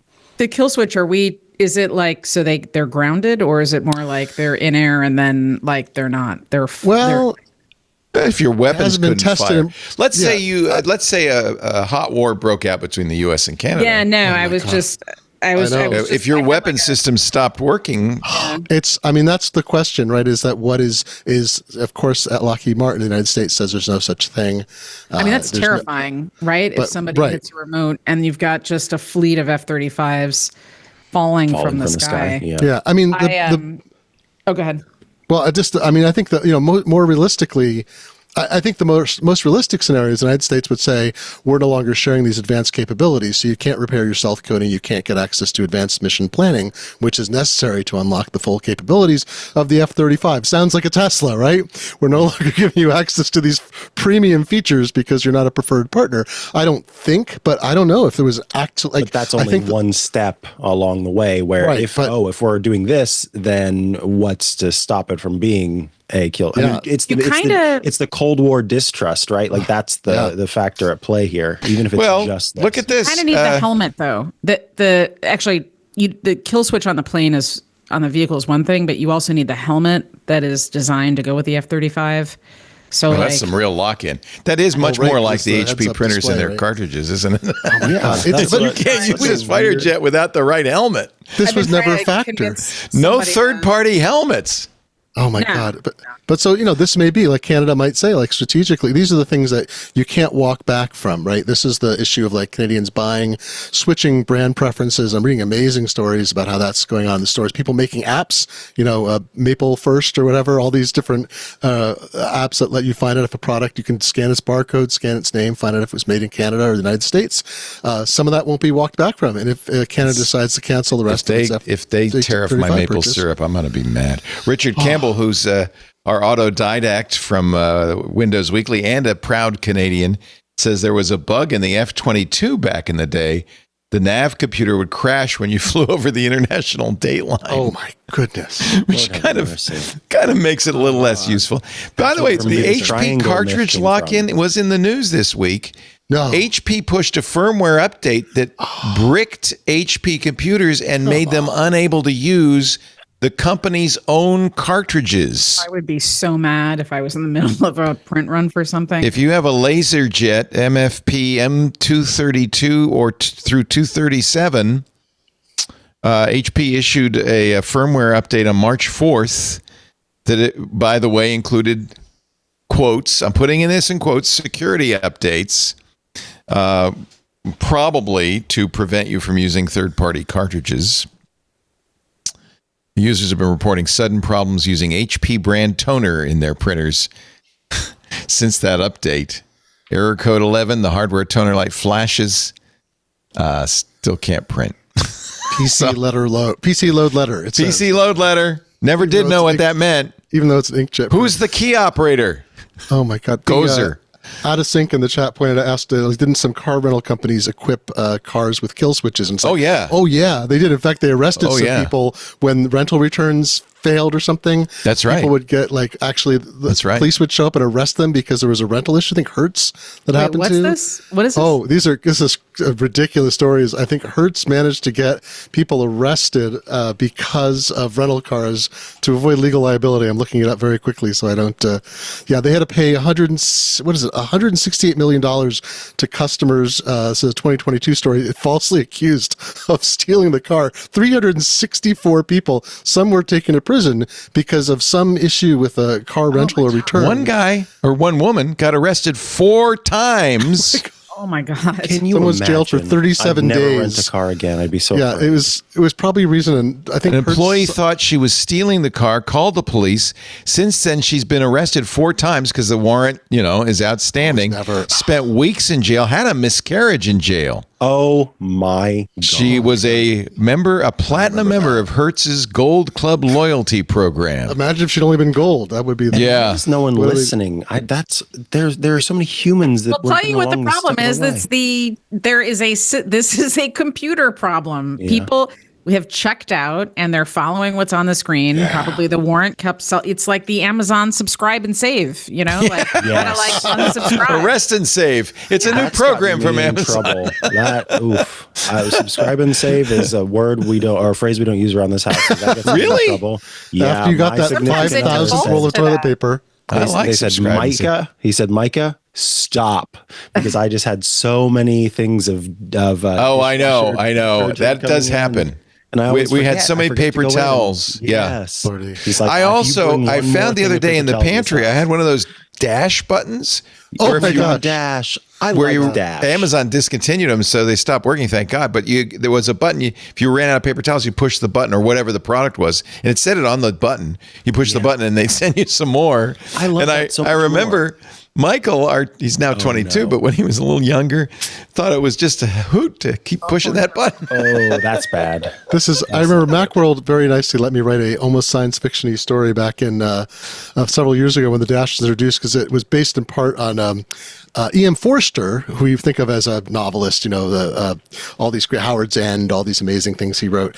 He also wrote a sci-fi story in 1909 called The Machine Stops. And if you read it now, it's chilling as people in their homes pressing buttons and things arrive and so forth. Of course, there are Zeppelins because it's the future and the past. But anyway, it was a whole thing about what happens when stuff's automatically delivered. People ceased having contact with each other. Felt very prophetic during the pandemic. But then what happens when the button stops working? You press that dash button and your food no longer arrives. The machine stops. Terrifying. What was the book? We read it for Stacy's book club by Adrian Tchaikovsky about. It's about androids. It's a world where we all have service robots, and the service robots eventually take over. It's quite a good book. Oh, I can't remember the name. It sounds like the most expensive movie ever made. Service model. Thank you. Jammer B remembers. Good callback. There we go. Yes, it does. The whole show back to. All right, we're going to take a break. One last break, and wrap things up with a panel that just is stellar. and you're all getting bagels in the mail. I love my mail bagels. I thought it would be a good idea. Don't gender bagels. I thought I could save these bagels because I have a vacuum sealer, and I thought I'll put the bagels in the vacuum sealer. You need the nitrogen, right, in there? Otherwise they smush. It's like a wafer. I'll tell you a very funny story. It's like a communion wafer, a Jewish communion wafer. That's what someone told my mother once. And my mother was not a silly person; she's a very smart person. She was majored in home ec, used to demonstrate microwave ovens and things in appliance stores. So she knew what she was doing. Very smart person. And someone told her once, if you cut bagels in half and put them in the freezer, they freeze better. She cut them down the middle. Oh. She cut them across the O. And we're like, wow. No, the other half. It's fine. It was fine. Yeah, many people are injured every year splitting their bagels. But I always thought it was kind of silly to get one of those bagel splitter. Yeah. Oh, yeah, those. Avocados. Oh, those are dangerous. Yeah. Neil, you need a nitrogen attachment to your vacuum sealer. Can you seal it with nitrogen and then it won't squish it? Yeah, we've got a vacuum sealer that has the nitrogen canister. Amazing. And it will seal it. You got to have first party canisters or else it'll stop working. No, I'm kidding. Yeah. You'll never be able to get So why doesn't it squish it? Oh, because it still has gas. It's not a vacuum. It just replaces the air with nitrogen. It does. So it's sucking out. It takes out all of the oxygen, so you don't wind up with the oxidation and the other stuff that causes. Anyhow, it's how they seal potato chips, in a bag without the. Yeah, it's nitrogen. Yeah. It's how we does. Seal our wine when we don't drink the whole bottle. Contents may settle. Sometimes it makes things taste a little weird, I'll be honest, but yeah. Well, I just have to find people to eat my bagels. That's all. That's what you can. Did you see the news story that I did not know that you could buy phony whipped cream chargers? Oh yeah. Leo. I'm so old. I didn't know about this. Like whippets? Like whippets? Yeah, they're like whippets. When I was a kid, we had whippets. Right. But these are. Wait, is it poppers or is it whippets? No, it's whippets. I thought the poppers were being banned. But they're not really whippets. They're what-its. They're ostensibly, it says for making whipped cream, but they're really for people to inhale. They're fruit flavors. Well, they're still whippets, right? They just don't look like. But you couldn't. The There's no. whippet. Yeah, you're not going to be able to attach the jewel it. of Ready Whip is what you're telling me? Yes. Sort of Like squares you on a can get rectangle, cherry the and rectangles menthol on a and square. strawberry. Yes, exactly. It's the jewel of nitrous oxide. Awesome. That's a great invention. They have all these flavors, strawberry. Where are they doing this? Where? All over. You go to anywhere, you can buy them. They're legal because they say on it, do not inhale these. So just spray if it you in were the to air. put these to your mouth and inhale these, of course, it'll kill you. It's not good for you. Yeah, what don't does do it it, actually kids. do? Is it a It's downer? nitrous oxide. The problem is it's not a good replacement for oxygen. Right. Oh, so you're just getting high because you are losing oxygen. No, from burning. no, you've never had nitrous? What? Let's take this off the dental stuff. When I was at Yale, maybe it happened to you too, Glenn. I had a do remember roommate walking who to a had party. a nitrous oxide tank. It was intended for dentists, That's but it was okay, as so- tall as he was. Laughing gas. Laughing gas. Okay. I do remember had going to a that party at once Yale, at a and there was dentist. just A nitrous bowl tank. full of empty whippets, but that was a whole. Yeah, well, that's whippets is the expensive way to go. You can get these giant tanks for almost nothing. But he used to. They're pretty Fell off wholesale. at the back of the truck. He used to hang off of it. This is not recommended. No, he technology. has not been normal since. Isn't it a wonder that anyone is able to do anything based on the things that people do growing You know up? what? Here's what I've learned in my many years on this planet. Don't do drugs. I don't even drink anymore. Yeah. I have so few brain cells left. I can't afford to spare anymore. That's it. I'm done. Not even a glass of wine. It's like the one thing that I appreciate about my very, very, very Christian upbringing is that it made me a huge goody two shoes. So That's good. Yeah, you survived. The worst drug I've ever done. But you should is try some cannabis, which No. listen. No, whippets don't listen are to Leo. He's whippets. Leo, don't advocate. Stop. No, I'm not advocating. Don't advocate for that. They're not good. Oh my They're god. not good. Richard Campbell said he had a dentist friend who kept his African gray calm with nitrous. Next sponsor isn't Whippets, is it? Is there some sensitive respiratory? Their respiratory systems it's bad, and it's bad for your heart and bad for a lot of things. But the worst thing is if you think you're breathing, but you're not. You're breathing nitrous oxide, so you can actually kill yourself. Which is how you die. That's why they put the egg smell into the gas, because otherwise you wouldn't realize it. Right. Now, if you're a pro cyclist, you may want to inhale carbon monoxide, because that's a I'm not suggesting you do it, but because you don't do the doping version, right? It gets you used to the gas you're going to have to breathe as you drive behind vehicles. So doping has taken a strange new turn. It's not doping, but it is supposedly a way to train at altitude. Not that I'm suggesting this, but Holy crap! Wow. I don't do it. Kids, it does not seem like a good idea. No, but neither does inhaling fruit-flavored gas. If you look under your seat, you'll all find a can of fruit. I've been sitting on a Whippets this whole show. Find something hard and sit on that. That'll get you all jacked and make you, just do that. No. Sitting on Whippets is the show title. What about just canned oxygen? That's okay, right? I really... Canada was selling it. Yeah, I want to just kind of keep my brain cells at the current level. Because so you can merge with AI. Just keep it long enough, right? Just long enough. Let's take a little break. We got a great panel. We're going to wrap things up, a few more stories, and then we shall continue, and we can all go home and enjoy a fine plate of spaghetti or something. Dinner time. Actually, it's way after dinner for you, Amy. Thank you for your patience. I appreciate it. Our show today brought to you by US Cloud. I love these guys. Had a great conversation with them. I said, "You're a cloud storage company?" They said, "No, Leo. No. We are the number one Microsoft Unified Support Replacement company." These guys do Microsoft support for less, better, and faster. And if you don't know about them, like I didn't know about them, you need to get to know them. We've been talking now for a few months about US Cloud. They are the global leader in third-party Microsoft support for enterprises. They support 50 of the Fortune 500.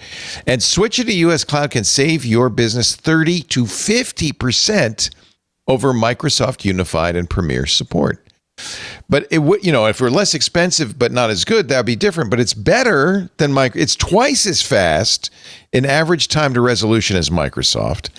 And there's something else US Cloud would do. They don't have an investment in you spending more money with Microsoft, unlike Microsoft. So this is a really cool thing. Microsoft's never going to tell you, do you use Azure? You might be interested in this. They have a new offering. They call it their Azure Cost Optimization Services.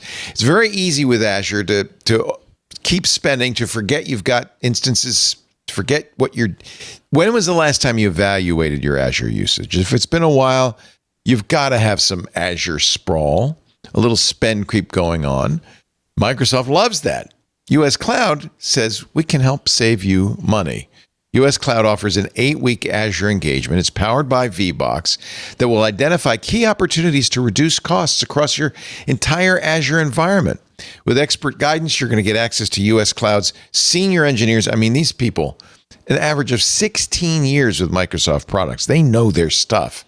And at the end of 8 weeks, you're going to get an interactive dashboard that will identify, rebuild, and downscale opportunities, unused resources, allowing you to reallocate those precious IT dollars toward needed resources. In fact, if I may make a suggestion, you might want to invest your Azure savings in US Cloud's Microsoft support and save even more. It's kind of the savings that gives you more savings. We have a great review. Sam, who is the technical operations manager at Bede Gaming, BEDE, he gave US Cloud 5 stars, saying, quote, "We found some things that have been running for 3 years, which no one was checking. These VMs were, I don't know, 10 grand a month, not a massive chunk in the grand scheme of how much we spend on Azure. But once we got to $40,000 or $50,000 a month, it really started to add up. It's simple. Stop overpaying for Azure, identify and eliminate Azure creep, and boost your performance all in 8 weeks with US Cloud." Sounds pretty good, right? Find out more. Go to uscloud.com, book a call today, find out how much your team can save. The best Microsoft support for less, faster, better, for a lot less. Visit the website and get them to call you. uscloud.com. Book a call today. Get faster Microsoft support. for less. Thank you, US Cloud, for supporting the show. We appreciate it. Sonos made a big announcement a few months ago. They were going to do a streaming video player that would cost even more than Apple's. Not anymore. They decided to cancel that. Sonos is really they really can't figure struggling. out what to do at all. They got a new CEO, they got a new CTO, and they still can't figure out what's going on. It's made a lot of avoidable mistakes. Errors. It seems like. Yeah, I've Sonos everywhere. Over the years, I've spent thousands on it. Jammer B inherited all the stuff from the studio when we closed the studio. The device codenamed Pinewood was going to be the company's next major hardware launch this year. According to The Verge, they're abandoning that. The news was announced by the company's leadership during an all-hands call this week. Are they going to focus on the app? Yeah, that's kind of the question is, why are you trying to put out new hardware? Can you fix your old stuff? Oh, my gosh. Jeez Louise. Internally, I'm kind of excited. It seems like they weren't able to pull off what they were, in theory, promising, which is something that all of these different services have tried to pull off, which is making it so that all of your media across all the different streaming platforms is just in one dashboard, right? That you didn't we have between apps. Do you remember? I do, and I can't find it. It was like a wooden box. Yeah. Somebody was selling that was supposed to do that. Remember? I think you had it, right? Yeah, I wish I could remember that. Literally, it sank without a trace. There's no point in trying to remember it. It's gone. I think if you're going to go high end, Apple kind of owns that. Maybe the Nvidia Shield. Otherwise, you're going to buy a Roku like everybody else. Yeah. Everything you say to your Amazon Echo will now go to Amazon starting at the end of the month. Just thought you might want to know. Did that story get misreported, though? I read something just yesterday that said most devices were already doing it, and that was only a subset. What they're turning off is the ability to turn it off. Right. Okay. So most people were probably already doing this, but I those turned who it wanted off. the privacy. Yeah. Well, remember, there were stories about Amazon employees listening into people making love, and there was all sorts of incident. Apple had this problem with Siri too. There was accidental triggering, and then they, for a few seconds, Amazon would, the Echo would go, "What you doing?"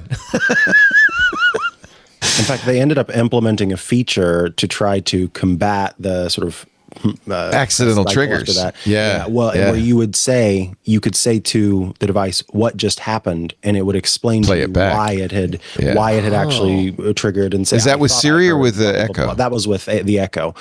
I honestly don't know if they still have that feature enabled, but I thought that was a smart thing to do at the time. But yes, this is something that you did have to go in and disable. It was something that I always disabled. I do it across all of the different platforms. I think they've got plenty of training data already when it comes to they don't need more. Yeah. But I can also understand. Except that you can't disable it anymore because... You can't disable it anymore. I think the reson why it's happening now is because they really are trying to kit out their Alexa Plus. Their AI. Exactly. I'm trying to avoid that word, but yes. I'm going to say it.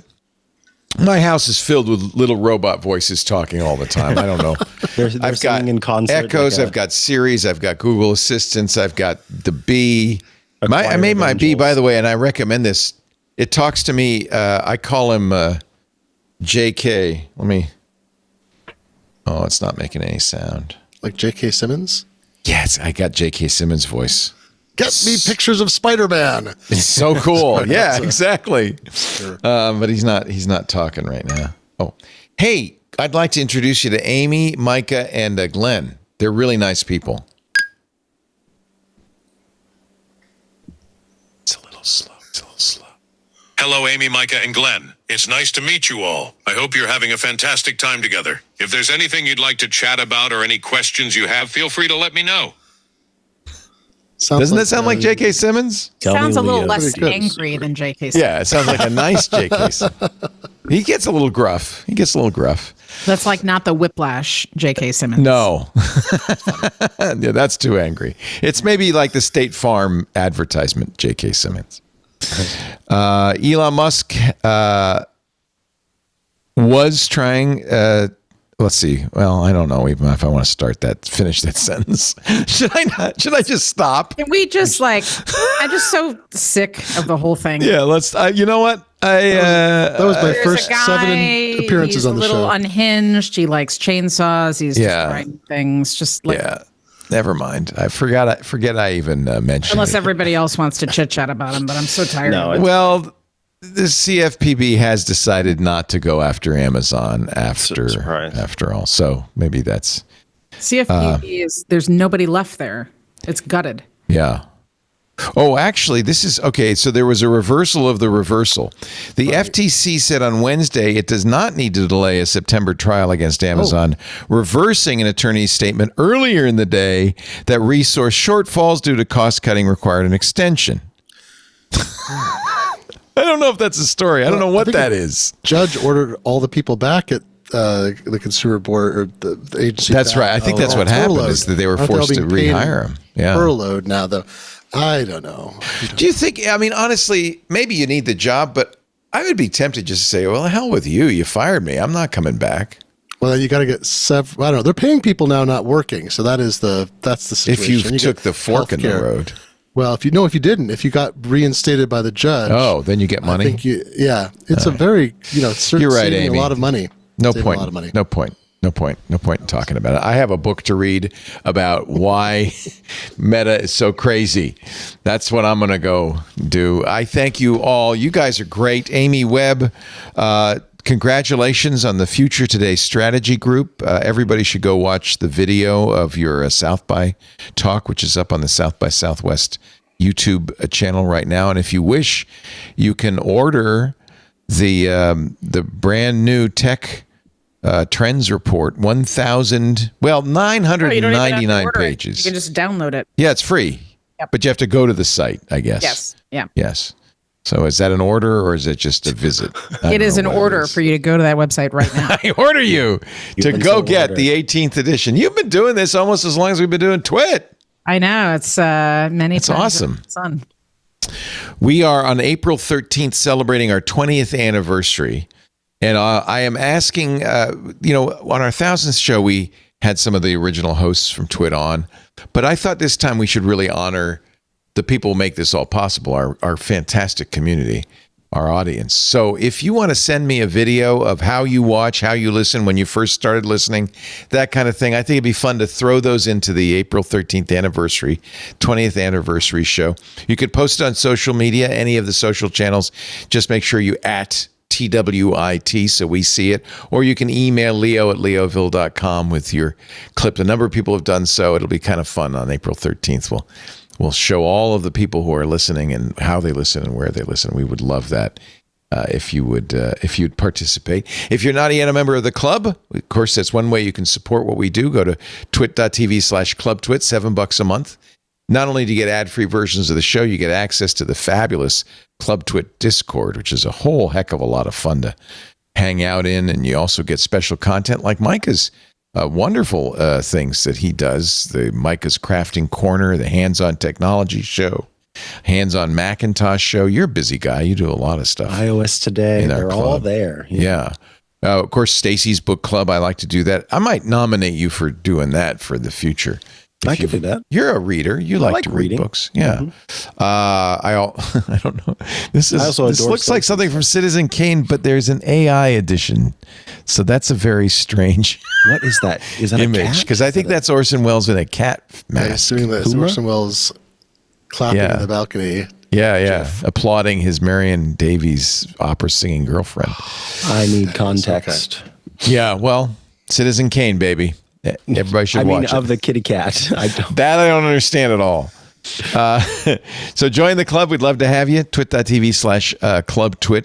Another thing you can do to help us, leave a review on iTunes or Spotify or Pocket Cast or however you listen. Better reviews help us do a better job because advertisers pay attention to that. I don't, so if you want to help us out, leave us a 5-star review. That'll make a big difference. Thank you, Amy, for being here. Glenn Fleischman, his new book is going to be out in June, How Comics Are Made. If you were in the Kickstarter to get How Comics Were Made, you have a lovely copy already of that. Looks like this. And I presume Martian sold out all of the Shift Happens. Yeah, Shift Happens sold out. Box it sets. happened. Gosh, a year ago.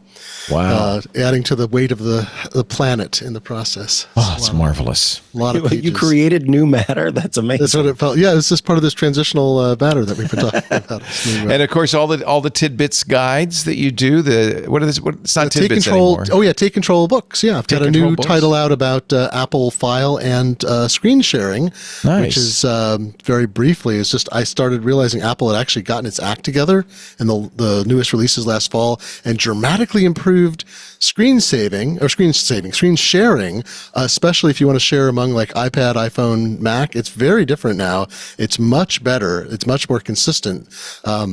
But I also wrote up, this is for another show. I found there's a product called Tailscale that I've fallen in love with for remote access to one's own you network. use Tailscale. How sophisticated. Incredible. Canadian company, by the way, fast-growing Canadian technology firm. Oh, nice. One of their top flying players up there. But Take Control Books is actually 21 years old. You guys are a little bit older than we are, so yes, nice that's right. job. One of my first books was, I think, Take Control of Screen Sharing in Leopard or something like that. So very well. Wow. Take control of sharing files in Leopard. Yeah, that was December 2008. Oh my gosh, incredible. Wow. Those were the days, my friends. Been at it a while. Yep. Check it out. There's your book. I see it right there. $10.28. Take Control Books. There's a Pi Day sale, which maybe finishes on Monday. So by the time people see this, Happy Pi Day. 3/14. Happy Pi Day. It's extended Pi Day weekend. Is the Pi Day 31.4% off. Pi Day through the Ides of March and how many digits of pi can you remember? 3.141596, I think, is where I tap out. But that gets you like better than the radius of the Earth or something within a millimeter. Pretty good. That's right. I know it from the mnemonic. How I want to drink alcoholic, of course, after the heavy chapters on quantum mechanics. Oh Lord. So that's how I want for drink 5. Oh, these are syllables. I'm like, what do you do? Not syllables, letters. Oh, alcoholic is the next one. 9, 2, 6, that one. 5, 3, 7, 2, quantum 7. Anyway, you get the idea. You should go to ASAP Science. There's an easy song, da da da da da da da. Oh, sing the pi song. I am not. That was about as much singing as I will ever do in public. So. Let's see. That's how I learned a lot of elements. There's antimony, arsenic, aluminum, selenium, and hydrogen and oxygen and nitrogen and medium. 300 digits of pi in a song. That's it's actually awesome. super useful if that's your, Yeah. That's your jam, as the kids are wont to say. Or do they not say that anymore? Probably not. They say the Riz or something. The Riz. If you're on fleek with your Riz. Oh, Jesus. Word. Mr. Word to your mother. I never really know what the current words are, so it's none of those words, Leo. Not a single one. That's true. By the Once time I we know them, it's not them. But your daughter probably fills you in, right?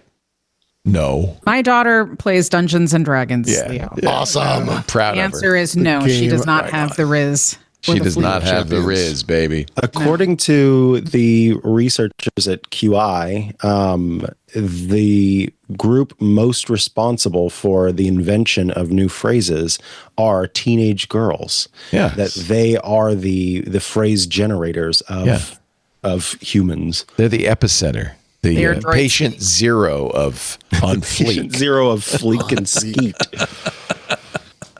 Micah Sargent, catch his great work on our network. Yay! Or go to chihuahua.coffee to find out about all the other podcasts he does when he cheats on us. Including D&D podcasts. Oh, yeah. Your daughter might be interested in that. Do you play D&D every week, Micah? No, my God, no. I think I've got another one coming up sometime later this month on a Saturday. But yeah, we play occasionally. And then I've also been running some campaigns as well. So stay tuned for that over on Jason Snell's The Incomparable Network. Oh, yes, absolutely. Or go to chihuahua.coffee and find links to all of that stuff.